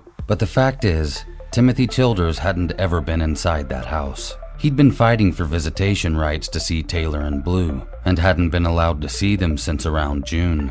Then sometime in September, Ashley went dark and stopped responding completely. Timothy had no part in or knowledge of what happened to Blue and Taylor. Ashley and Nathan made sure of that. The second person interviewed on December 27th was Blue and Taylor's paternal grandmother, Karen Rowland. For the record, Karen also seemed to clear Timothy Childers of any involvement, claiming he was actually trying to help her get to see her grandchildren. Taylor also showed no fear of Timothy once they were reunited, so in a lot of ways, Timothy and Karen were in the same boat. But Karen seemed to tread the deeper water for a while. When her son Dustin and Ashley got divorced in 2021, she claims it was written in the papers that Karen would get visitation of the grandkids. The problem is, eventually, Ashley did everything she could to avoid it when it came to both sets of grandparents. This is why Karen and Timothy had to work together. But that was hard for a while because it wasn't even clear where Ashley lived. Whenever Karen actually did get to see the kids, she had major concerns. And to her merit, she raised those concerns in about every way she could. She claimed that any time in the past when she picked Taylor up, the girl smelled like marijuana. She also couldn't understand why the child had head lice for months at a time either. Eventually, Karen decided to contact Taylor's former school in Wynne, Arkansas, and ask them to look into the matter. But the school couldn't relay information back to Karen because I guess Karen wasn't Taylor's legal guardian. They did take her statement, however, and agreed to use it in their investigation, but unfortunately Taylor was taken out of school at that time. Karen had actually called DHS to report bruising on Taylor's bottom while Ashley was with a guy named Kevin Walters too. This was one of Ashley's boyfriends between Dustin and Nathan, so concerns of abuse and neglect didn't just start when Nathan showed up. At one point, Ashley and the kids moved to Dexter, Missouri for about 3 months before things went sour in that relationship. Ashley called someone to pick her up and bring her back to Arkansas. That someone was Nathan Bridges. Even though Karen Rowland made multiple reports concerning the welfare of her grandkids, nothing substantial was ever done about them. She was allowed to FaceTime them once in July and is on record pleading with Ashley via text messages for visitation. But Ashley refused. Desperate and worried, Karen decided to reach out to Timothy Childers and ask him to try and help. He did. And that's when Ashley cut him off too. So Karen got a lawyer and started court proceedings for visitation. It was at that time that she claimed she began having nightmares that Taylor was calling out for her. On the Thursday just before Blue's body was found, Ashley failed to show up for court regarding Karen's visitation rights. She claimed her truck wouldn't start and she couldn't make it. Thankfully, the judge made the call to go ahead and legally award Karen the visitation rights without Ashley's presence. This was effective immediately. Not only was she permitted to drive straight to Ashley's house and pick up the children, but she was allowed to have the assistance of the police while doing so. This was a huge win for Karen Rowland, and she wasted no time executing the authority of it. I've just summarized about 2 hours of interview audio for you, but now I'm going to let part of Karen Rowland's interview play out so you can hear exactly what she experienced upon arrival at Ashley and Nathan's house on the day Blue's body was discovered. These are the events that led up to Timothy Childers' arrival at the residence. Okay, so I knocked on the door. Nathan opened the door, and when he opened the door, I told him I had the court orders to take both of the children. And he says, okay, let me get Ashley. So Ashley came to the door, and she asked me, she says, okay, well, Blue's not here. Blue's staying with a family member or a friend. And so she says, well, do you want me to put Taylor's shoes on? I said, well, yeah. So she went inside. Me and the officer were standing outside waiting. We could hear her crying, like hurting, like she was being hurt. But she had the sores on her feet. Mm-hmm. All right. Her socks were wet with urine. All right. Her pants were soaked in urine.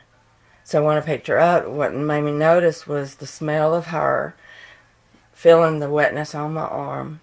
But when she came through the door, she had trouble walking. It was like her back was bowed over from deficiency. I didn't even think her back was even going to straighten out. She was so frail. She weighed 36 pounds. She went from 86 pounds from the last I seen her to 36 pounds. Okay. When I touched her, she was ow, like that. And she couldn't walk. She said she couldn't walk to the car. So I picked her up. All right. So I first took off her hat or looked at her to see who it was. And I said, this is Blue. She said, no, it's not Blue, it's Taylor. And she says she has a rash on her chest, and it's because we found out she was allergic to mustard. I said, mustard? She's always eating mustard at my house, bologna sandwiches with mustard. I said, no, it's not mustard. And I looked at her, and her hair was all jacked up and stuff. And I said, what the hell did you do to her? Like that, in anger. And I knew I couldn't wait on Taylor. She had to immediately go to the emergency room. So I told the officer, I said, I'm taking her to the emergency room right now. That's where I'm going. Mm-hmm. And he says, you have all right to. Yeah. So I went straight to the emergency room, and Dr. Schaefer was there. She was called in specially. And then the officers arrived.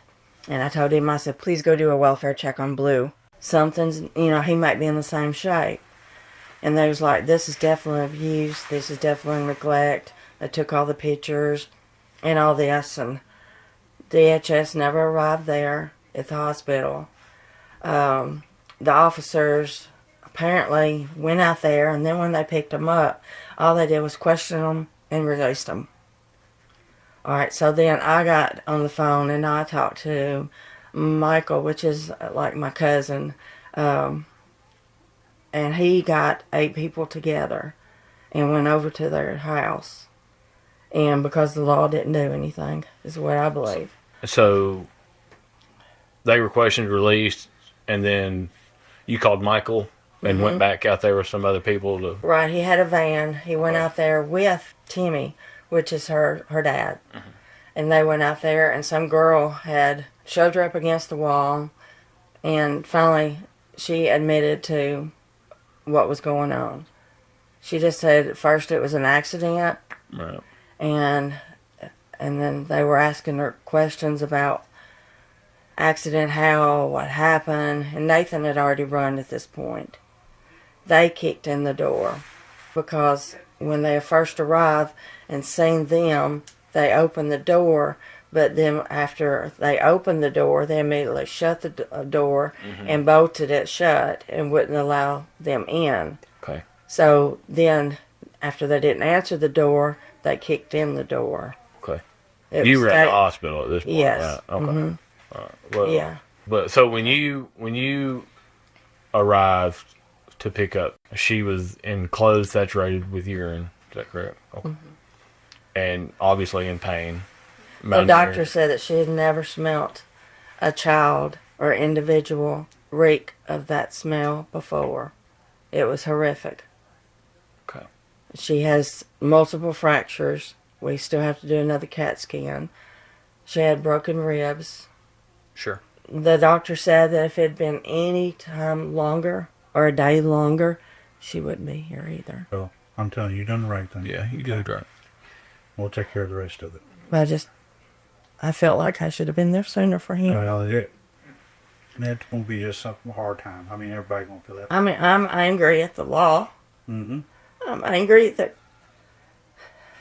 grandparents don't have a rights in Arkansas. It shouldn't be like that. Or I would have been able to get to her. Yes, ma'am. And plus, I'm angry at my son. Because I don't think he did the right things also. You just take care of Taylor for us, okay? I feel so guilty.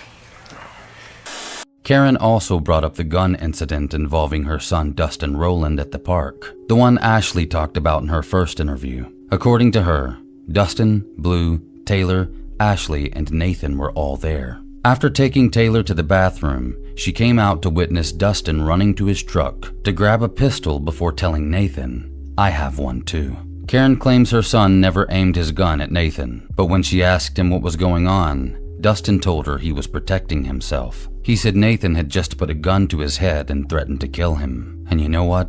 I'm not giving Dustin a Father of the Year award, but I don't doubt what he said is true. Karen made no excuse for her son not stepping up and fighting for the right to see his children properly. I respect the anger she expressed at him for that too. Loving someone means holding them accountable. After all, we expect a certain amount of effort out of our loved ones, and when they fail to deliver, they should be faced with the results of their failures, not coddling. While certainly not the cause, the consequences in this situation are the murder of a 5-year-old boy and the horrible maltreatment of a 6-year-old girl. Thank you, Karen Rowland, for not giving up in a state that doesn't offer automatic grandparent visitation rights by law. The last interview we're going to hear is Ashley Rowland's second one. It also happened on December 27th of 2022. It was the final interview in order by time. Just like the other interviews, I have edited this one down for time, but I'll only be interjecting to summarize one time as Ashley Rowland finally reveals the truth. All right, Ashley, tell me the whole truth about what happened to Blue. Me and Nathan went to go pick up his kids from school. Blue was in the back seat, and as Nathan went to go up to the school to get his kids, I was telling Blue that I loved him and that everything would be okay. As soon as Nathan had got back into the truck, he was hollering at Blue, and he was banging his head against the steering wheel. Who was Nathan was? Nathan was there, yes sir. Nathan was banging his own head against the steering wheel? Banging Blue's head against the steering wheel and on the dash. Okay. I was hollering for him to stop, and he didn't want him to do that. He stopped.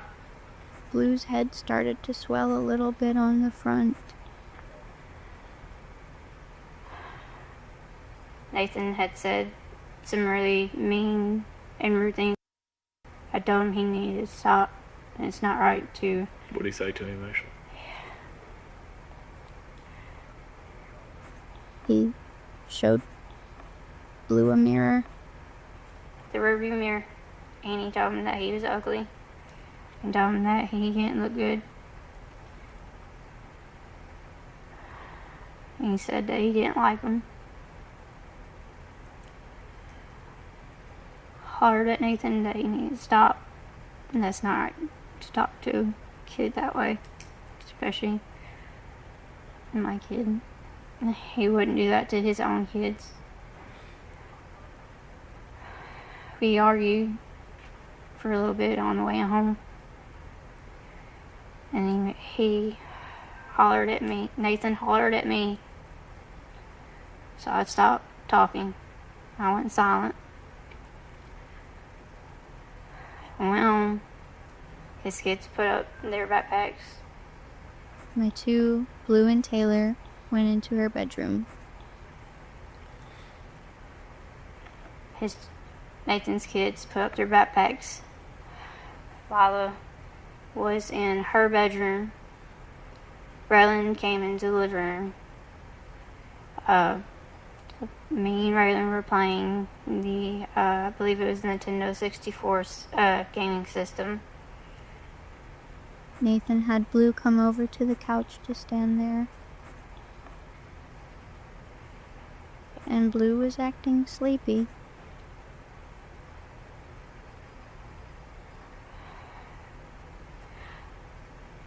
I said maybe he just needs a little splash of water on his face. Maybe he'll be okay.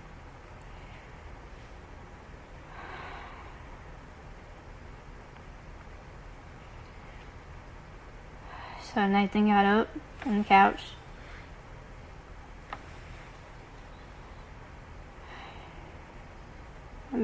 I guess, I don't know, for some reason he stuck his finger in Blue's mouth. He thought that there was something in his mouth, but I didn't see anything. Then Blue went to immediately bite on Nathan's finger.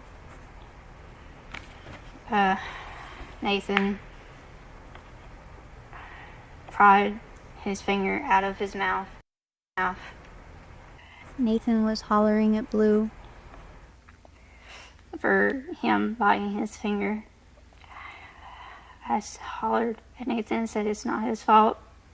Said he's probably just tired. He doesn't want to be messed with. I said he's probably hurt. He's tired. Nathan took Blue to the bathroom. I couldn't see anything because the way that the couch was, I couldn't see into the hallway or in the bathroom. The door to the bathroom looked like it was halfway shut. I couldn't quite see in there. I heard splashing of water. I thought that Nathan had just took one of the jugs of water and maybe had just splashed water on his face. I didn't hear any screaming. I found it so odd that I didn't hear anything other than water. I said something's not right. I felt like something wasn't right. I hollered to Nathan towards the bathroom on the couch and asked him what's going on. He hollered back at me and said, "Nothing's wrong. Everything's okay." He pulled Blue from the bathroom and tried to make him walk to the living room. Head is wet. I said, "What did you do?" Nathan made a remark to me and Raylan, which is his son, that he had dumped Blue's head into the toilet. I said to Nathan, "Why did you do that?" He just laughed at me and acted like it was a joke. I looked at Blue's face. He did not look right at all. He looked off. I could just tell something was off. Nathan brought him into the living room, picked him up towards the ceiling. I said, "Nathan, you've got to stop. Something's not right. Put him down."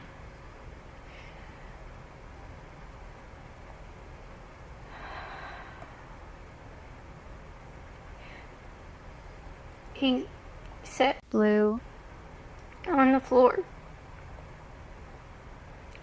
Would not get up. Nathan kept laughing as if it was a joke. I said, "Something's not right."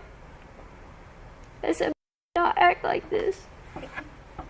I told Nathan that I wanted to call 911, that something was wrong. And he kept telling me that I couldn't. He said that if I called 911, he was going to end up in jail, and he was going to make sure that I was in jail too. He took my phone from me.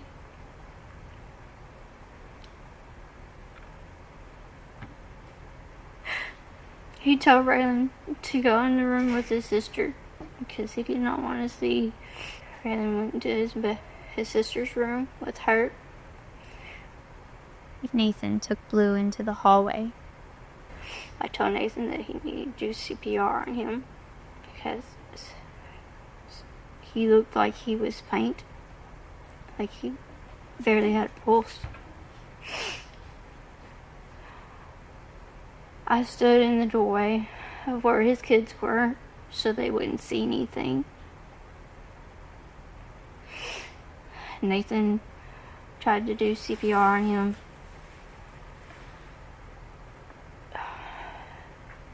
Some stuff had come out. I believe it was from his lungs. He was barely breathing. There was so much stuff on the carpet and everything. Nathan got up and went to the kitchen. He said he was going to grab some rags to try to clean up the mess. When he left, I was watching Blue, holding his hand, making sure he was okay. He stopped breathing. I hollered for Nathan. I said, "Nathan," he stopped breathing again. I was trying to give him mouth to mouth.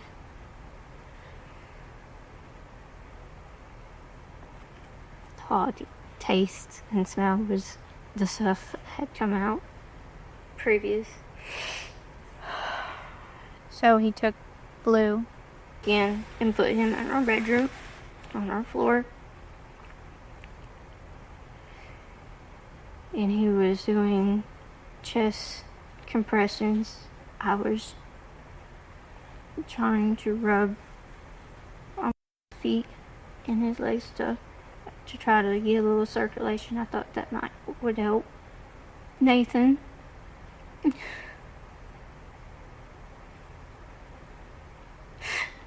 hold me aside, and he kept telling me, he said, "God."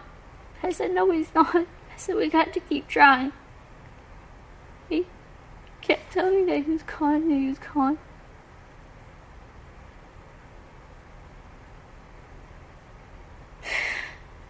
But I didn't want to believe it.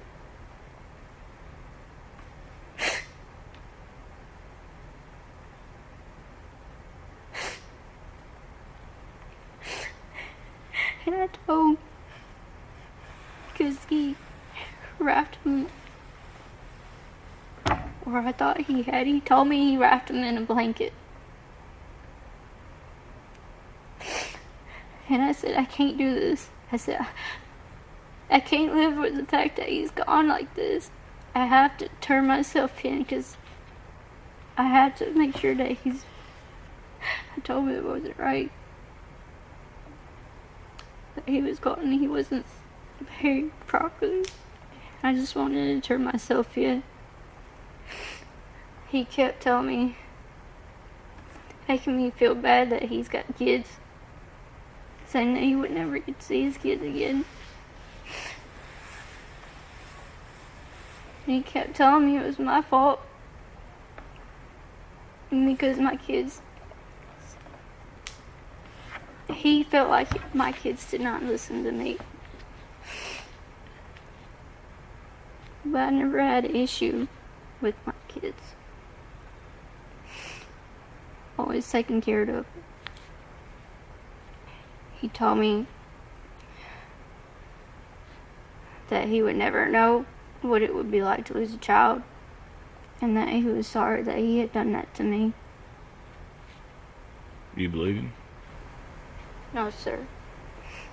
He told me about a week after Blue died that he was angry at Blue because me and Blue had this thing where we would smile at each other a certain way.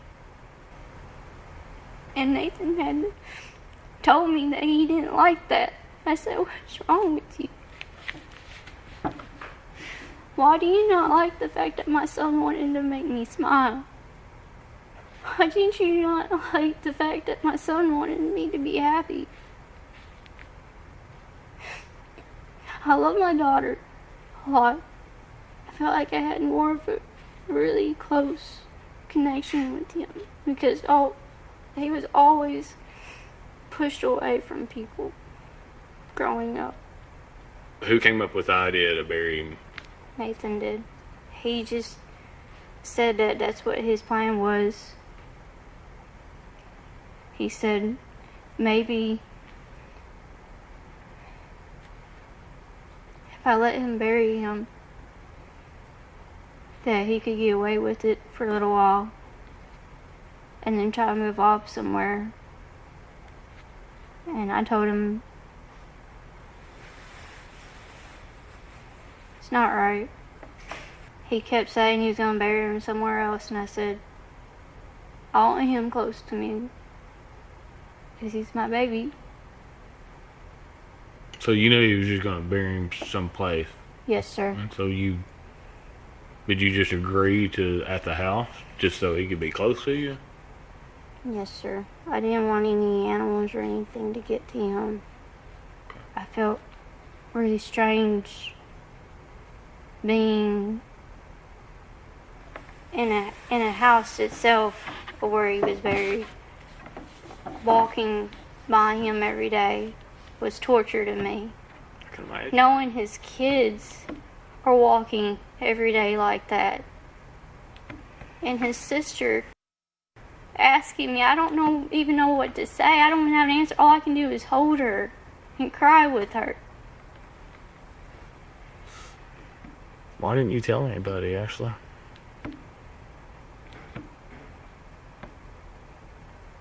I don't know. I was so scared. But I wanted to. Why were you scared?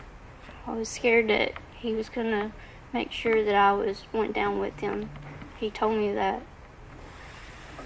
He told me he wanted that if I went to the police, that he was going to make sure that I went down with him. Ashley, did you have anything to do with killing Blue? No, sir. Who did it? Nathan. Anybody else help him? No, sir. Anybody else help bury him? No, sir. Did you help bury him? No, sir. Did your dad? No, sir. Nathan Bridges killed Blue? Yes, sir. By himself? Yes, sir. By drowning him in the toilet? Yes, sir. So I'm tired of being around someone who wants to entrap me all the time. To feel like I have no say-so in anything. To feel like I'm doing something wrong all the time, but I'm not.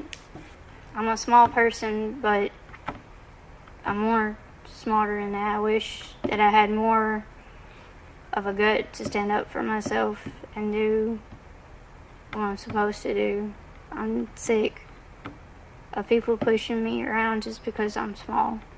According to Ashley, Nathan wrapped Blue up in a blanket and left him in their room for a day or two. It's unclear how long exactly, but then Nathan cut the hole in the floor himself and buried the child beneath the house. The day after the murder, Nathan gave Ashley back her phone, but she claims he kept a close eye on who she contacted, forbidding her to speak to her father, and even getting angry when she would try to communicate with friends. He went as far as blocking some people on her device without her knowledge. She said while out in public, Nathan would always be directly behind her and would get angry because she appeared depressed in front of others. He claimed her inability to hide her feelings would get them locked up. He also made claims that he didn't trust her or that she was cheating on him. Ladies and gentlemen, this is what coercive control looks like at the hands of a narcissist.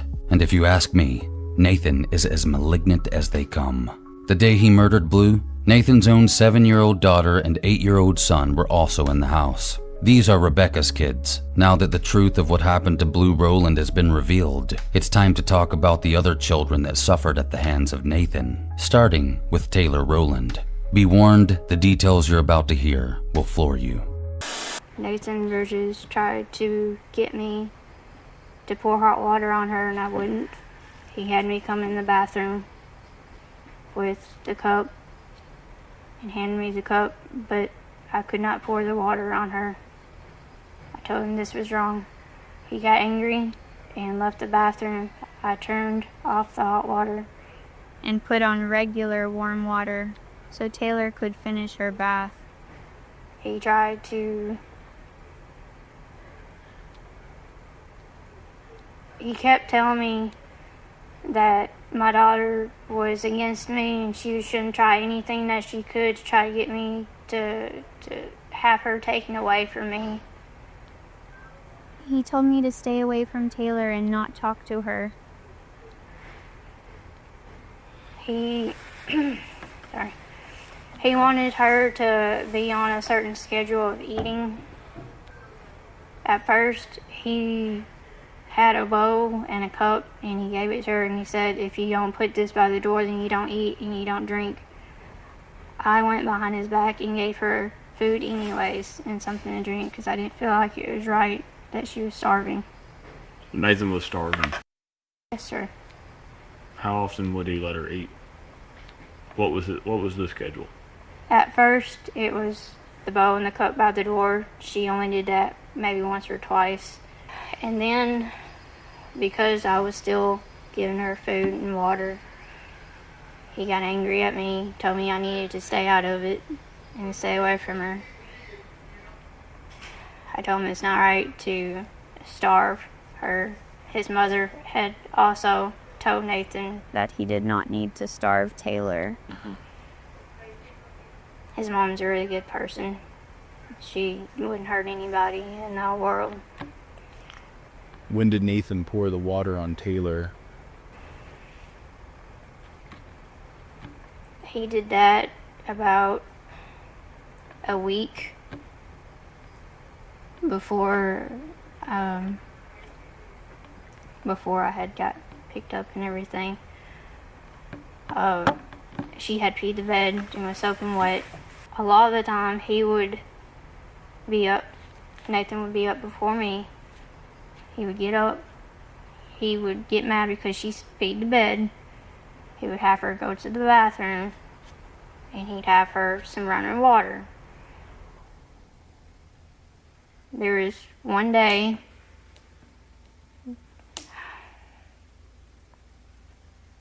when I heard her screaming. I said, what's going on? Went to the bathroom. He's pouring hot water onto her from her head and then sometimes on her front and then on her back. He then tries to hand me the cup with the hot water and tells me that I need to pour hot water on her. I have the cup in my hand. I pour the water. But the water does not touch Taylor. He gets angry at me. Nathan does. Me and Nathan are arguing. He leaves the room. I turn the hot water off and give her a normal bath for her to finish. I help her with her clothes. I give her dry clothes. I put her wet clothes into the dryer. She goes into her room. Nathan turns off her light, her bedroom light. Nathan then goes into the kitchen and fixes Taylor a sandwich. I said, okay, thank you for fixing her a sandwich. I hear Taylor coughing. And I said to Nathan, what kind of sandwich did you fix? He said, I gave her a peanut butter sandwich with mustard on it. And was laughing. I told Nathan, why would you give her a sandwich with mustard on it? I go back to the bedroom to check on Taylor. She's not really talking, but trying to, cough or say something. And she kind of goes out and starts shaking. So I'm immediately like, okay, she's probably having a seizure right now. I take her out of her bedroom. I lay her on her side, wrap her up, and I'm holding her. Her face is immediately swelling up. And she's got this mark on her chest. And I asked Nathan, I said, what is that mark? It looks like it's a burn mark. And he said, oh, that's just hives. She's probably having an allergic reaction. I said, no, this looks like a burn. Because it's right here on her chest. Nathan kept trying to say that Taylor was dying. I said, no, she's not. She's still breathing. Nathan keeps coming into the hallway and tries to breathe into her mouth, but I keep telling him, why you keep doing that? You need to stop. She's breathing just fine. But he keeps coming in there, and I told him to stop. She's breathing. She does not need air if she's breathing. So Nathan says, okay, I'm out of it. He goes to sit on the couch in the living room. I stay in the hallway with Taylor for the rest of the night. To make sure she was okay, I kept a hold of her, and whenever she would start shaking again, I would just hold her and I would talk to her. I had some off-brand of Benadryl that I gave her a little bit of, and her swelling started going down. Her whole face was swollen, her neck was swollen, and her eyes were swollen shut. I took Is that from the peanut butter? It's either from the peanut butter or the mustard. She's never had an allergic reaction before. This is the first time that she's had one. Right. Was that a burn on her chest? Yes, sir. What was that from? Nathan pouring hot water. Okay. How many times did he do that? Approximately. 4 or 5 at the most. Was this all after Blue died? Yes, sir. Did he ever hurt Blue when Blue was alive? Yes, sir. Give me an example of some of the things he would do. He had these boxing gloves that he said that he gave to his kids to... His daughter Lala had this anger issue, so he got his kids boxing gloves to try to release some of the anger that she had. Okay. I know it sounds weird. He had these boxing gloves, and he would put these boxing gloves on Taylor, and he would have a set on his own, and he would hit Taylor with the gloves, and he would tell her that she's got to stand up and fight. I would stand behind Taylor, trying to keep her from hitting her head or something. I said, you can't do this. It's not right to be hitting a child. And then he tried to get his daughter to hit Taylor with these boxing gloves, and Lila would not do it. She didn't feel right about it. Where would he hit Taylor? Here. Where's here? On her, around her chest area. Her stomach. Yes, sir. Chest, stomach, ribs. Yes, sir. What about the face? Yes, sir. Nathan also tried to make Taylor stay up at night. Just for punishment? For punishment, yes, sir. He did the same thing while Blue was alive. And I would, as soon as Nathan would fall asleep, I would take a blanket and lie the kids down for them to sleep, because I didn't. How would he make them stay awake? He would have them stand up in the living room where he could watch them. And sometimes he would make them hold a board over their head to make them stay awake. How big a board? Like this. Approximate 1 foot, 2 foot long board over their head. Well, All that long. at one point, he had this bigger board that he would try to make Blue hold. And I told him that it was too big. Yeah, he can't do that. It's not too heavy. I didn't. Did you ever try to stop this, intervene in any way? Yes, sir. Me and Nathan would argue over what he would do to the kids. Okay.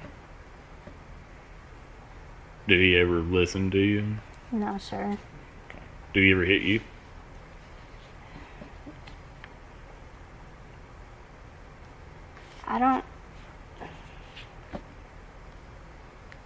Like, they weren't hard. It was mostly him putting his hands around my neck, or he would grab my arm. Why didn't you ever tell anybody about any of this, Ashley? I feel like I freeze when things happen.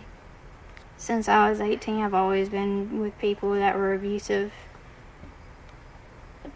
And when things happen like that, in the past, have asked for help. And I just feel like I don't get the right help that I need. And I end up freezing. And I end up having like an anxiety attack. When things happen, people yell at me in certain ways. When people throw things, I freeze. I try to put my voice out there, but I feel like I'm not loud enough. I feel like I'm not strong enough to be against anyone. And I feel like if I ask for help, I'm not going to get the right help that I need. He made sure that I wasn't able to talk to my dad. My dad even came to the house at one point about a couple weeks before I came here and was trying to talk to me. And Nathan forced me to stay in the bedroom with his kids, Lala's bedroom. He would make me stay back there with them. And so you were home when your dad came to the house and was beating on the door? Yes, sir. I wanted to answer the door so I could talk to him, but Nathan would not let me. He said I had to stay in the bedroom with the kids and be quiet. He even he yelled at Lila for playing in her room. We were watching a movie in her room. So he just wanted to make it look like nobody was home? Yes, basically. sir. Yes, sir. Did Nathan ever talk to your dad? Did he answer the door? No, sir. He kept everything shut. My dad left a note on the door. What'd the note say? It just said that, Ashley, please talk to me. I want to see the kids. Y'all have a dog crate? Yes, sir. Tell me about the dog crate. And you know why I'm asking. Yes, sir. I believe that at one point when Nathan hid Blue's body, he put Blue in the dog crate. He wouldn't tell me where he was, but I just had a feeling that's where he was at one point. Do you ever put Taylor in the dog crate?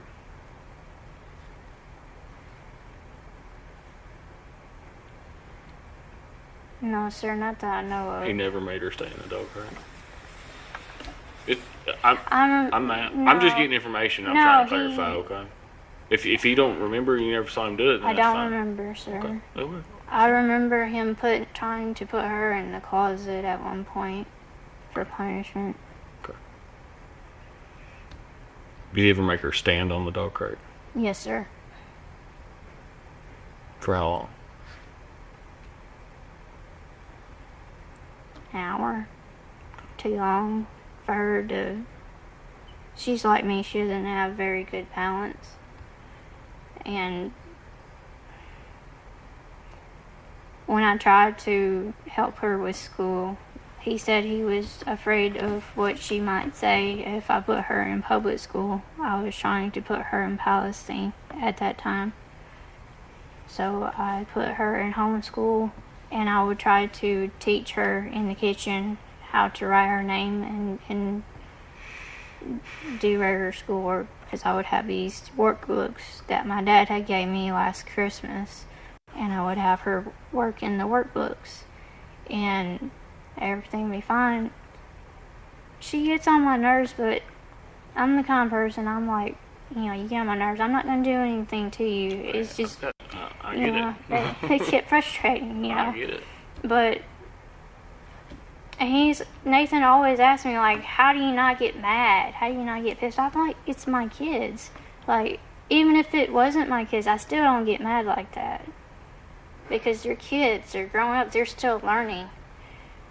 And he would interfere in the kitchen while I'm trying to teach Taylor. And he'd get mad at her, and he'd, like, hit her hand. And at one point, he stabbed her with the pencil. I'm like, why are you doing this? I would holler at him, we would get in another argument, he would walk back into the living room, and I would try to stop the bleeding on Taylor's hand when he stabbed her. I'd give her a hug, tell her it's okay, we're gonna try this again another day.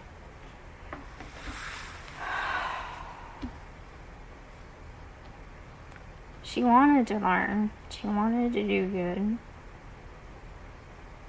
I just felt like he just made her really uneasy whenever he was around me because she wouldn't say anything to me. But I could just feel it when he would walk in the room. She would be shut down, like how I would feel when someone's doing something to me whenever I know. Did you ever hurt her No. intentionally because you were out of anger No, sir. or meanness? No, sir. Who cut her hair? Nathan did. I heard Taylor squirm around a little bit. I asked Nathan, what's going on? Is she okay? And he said he would holler back at me and say, oh, she's fine. She just doesn't want to get her hair cut. He's done cutting her hair. He cleans up the mess, I guess, because I didn't see any hair on the floor of the hallway or the bathroom.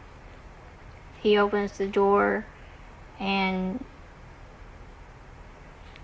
he shows me her hair. I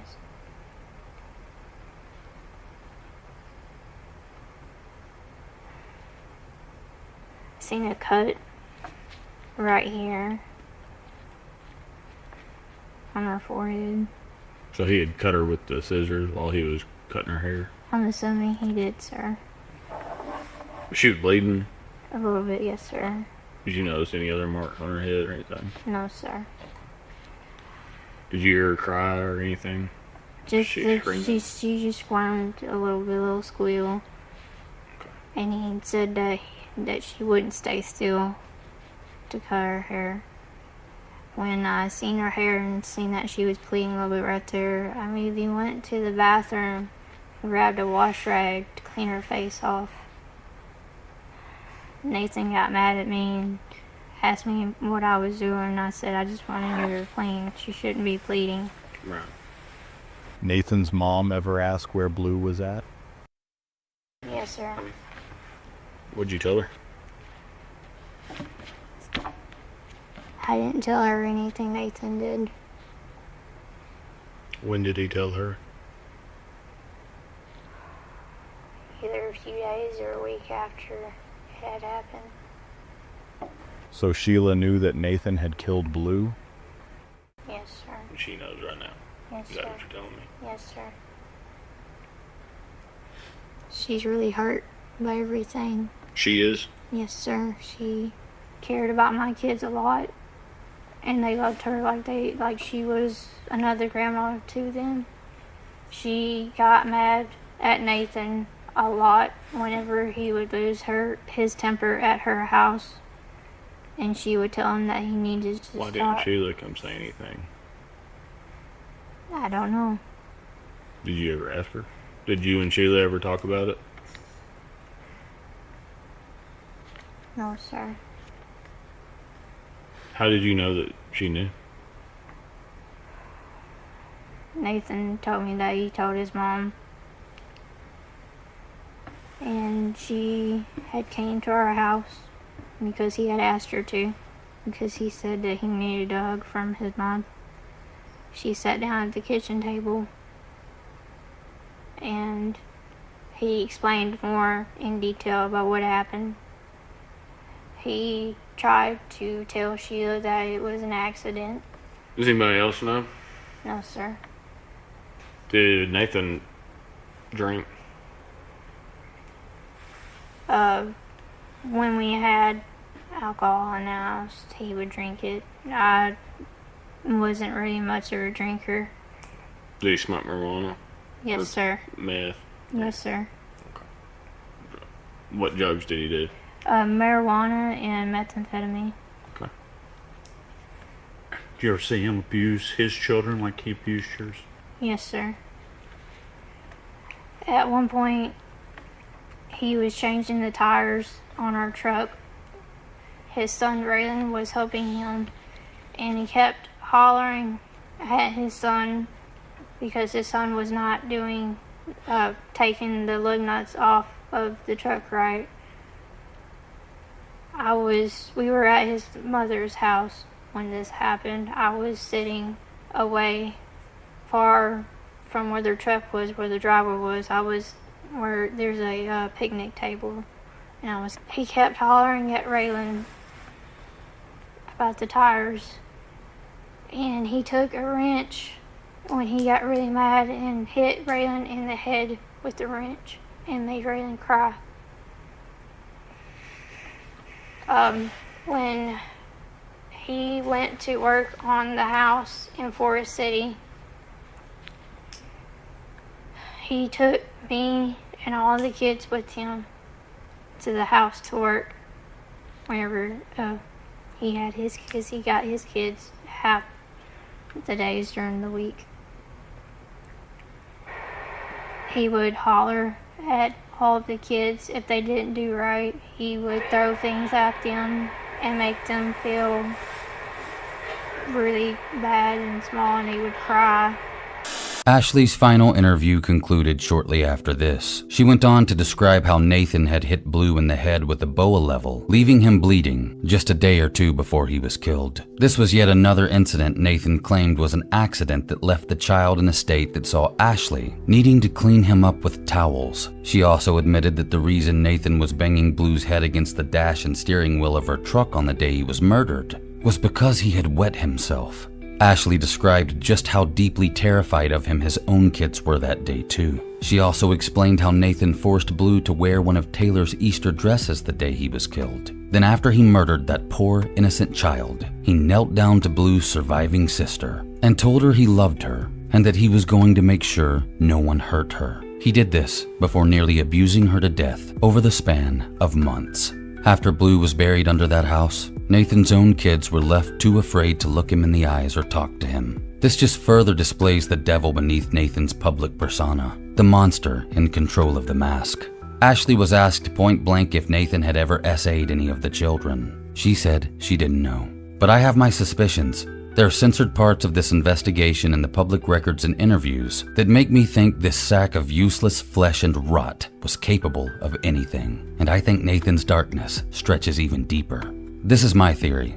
Ashley said that the night Nathan gave Taylor a peanut butter and mustard sandwich was actually the second time she'd had a reaction like that. Now, why on earth would anyone give a child peanut butter and mustard? Well, as we all know, peanuts and mustard are listed on common food allergy warning labels. I believe that Nathan had a hunch that Taylor might be allergic to one of these, and he was hedging his bets to try and kill her. Then, while she was clearly in anaphylactic shock, he was forcing breath into her mouth, I think actually trying to suffocate her. I can't think of any other reason why he would so desperately want for Ashley to think Taylor was dead that night, other than to get her offside so he could finish the deed without her knowledge. This is just my opinion, but if it's true, then the night that Nathan performed CPR on Blue, I'd hazard a guess he was actually killing the kid, not trying to save him. Maybe that's why Nathan didn't want Ashley around while he was wrapping up the body. I believe he wanted to make sure Blue was dead, and I believe he was trying to do the same thing to Taylor. But Karen and Timothy and Rebecca and everyone that showed up at that house saved that little girl's life. Nathan is one of the worst people to ever walk this earth. I hope prison is a horrible ride for him. I hope everyone inside knows what he did. It'd certainly be a shame if word got around his facility and he ended up coming face to face with that which he forced on others. Regardless, if there is a hell, there's a scalding chair there waiting with his name on it. And then there's Ashley, the most useless mother in the state of Arkansas. Her own sister detested her well before this. Ashley's firstborn son was removed from her care. She never deserved kids. She spent her police interviews feeling sorry for herself and trying to bait the detectives into the idea that she was simply under the control of puppet strings, operated by a monster in the shadows. And while that's somewhat true, there were so many opportunities for her to protect her children. There weren't just signs. She witnessed their slow destruction and failed to act, failed to fight, failed to sacrifice when required. She failed to do what a mother does, even while people who actually cared desperately tried to reach out. Ashley Rowland talks about her daughter like the girl's a mere annoyance, like the 6-year-old was simply in the way of her one true love, like Taylor was her least favorite. For all her sobbing and attempts at pity harvesting, there's still a cold cadence of indifference beneath Ashley's tone. And you know what the sad part is? Taylor misses her, and Ashley doesn't deserve it. But you see, Taylor's love is unconditional, while Ashley only sought Nathan's.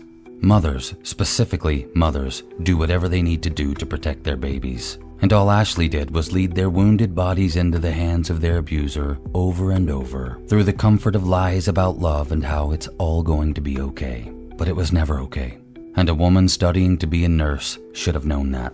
Even if Ashley didn't kill or abuse those kids, she certainly allowed them to suffer or die while she stood silent. There's a chair in hell next to Nathan's with a reserved sign melting into its base. One day, Ashley, you shall have your seat. And finally, Sheila Bridges, Nathan's mommy. If what Ashley said is true, you are a weak excuse for a grandparent.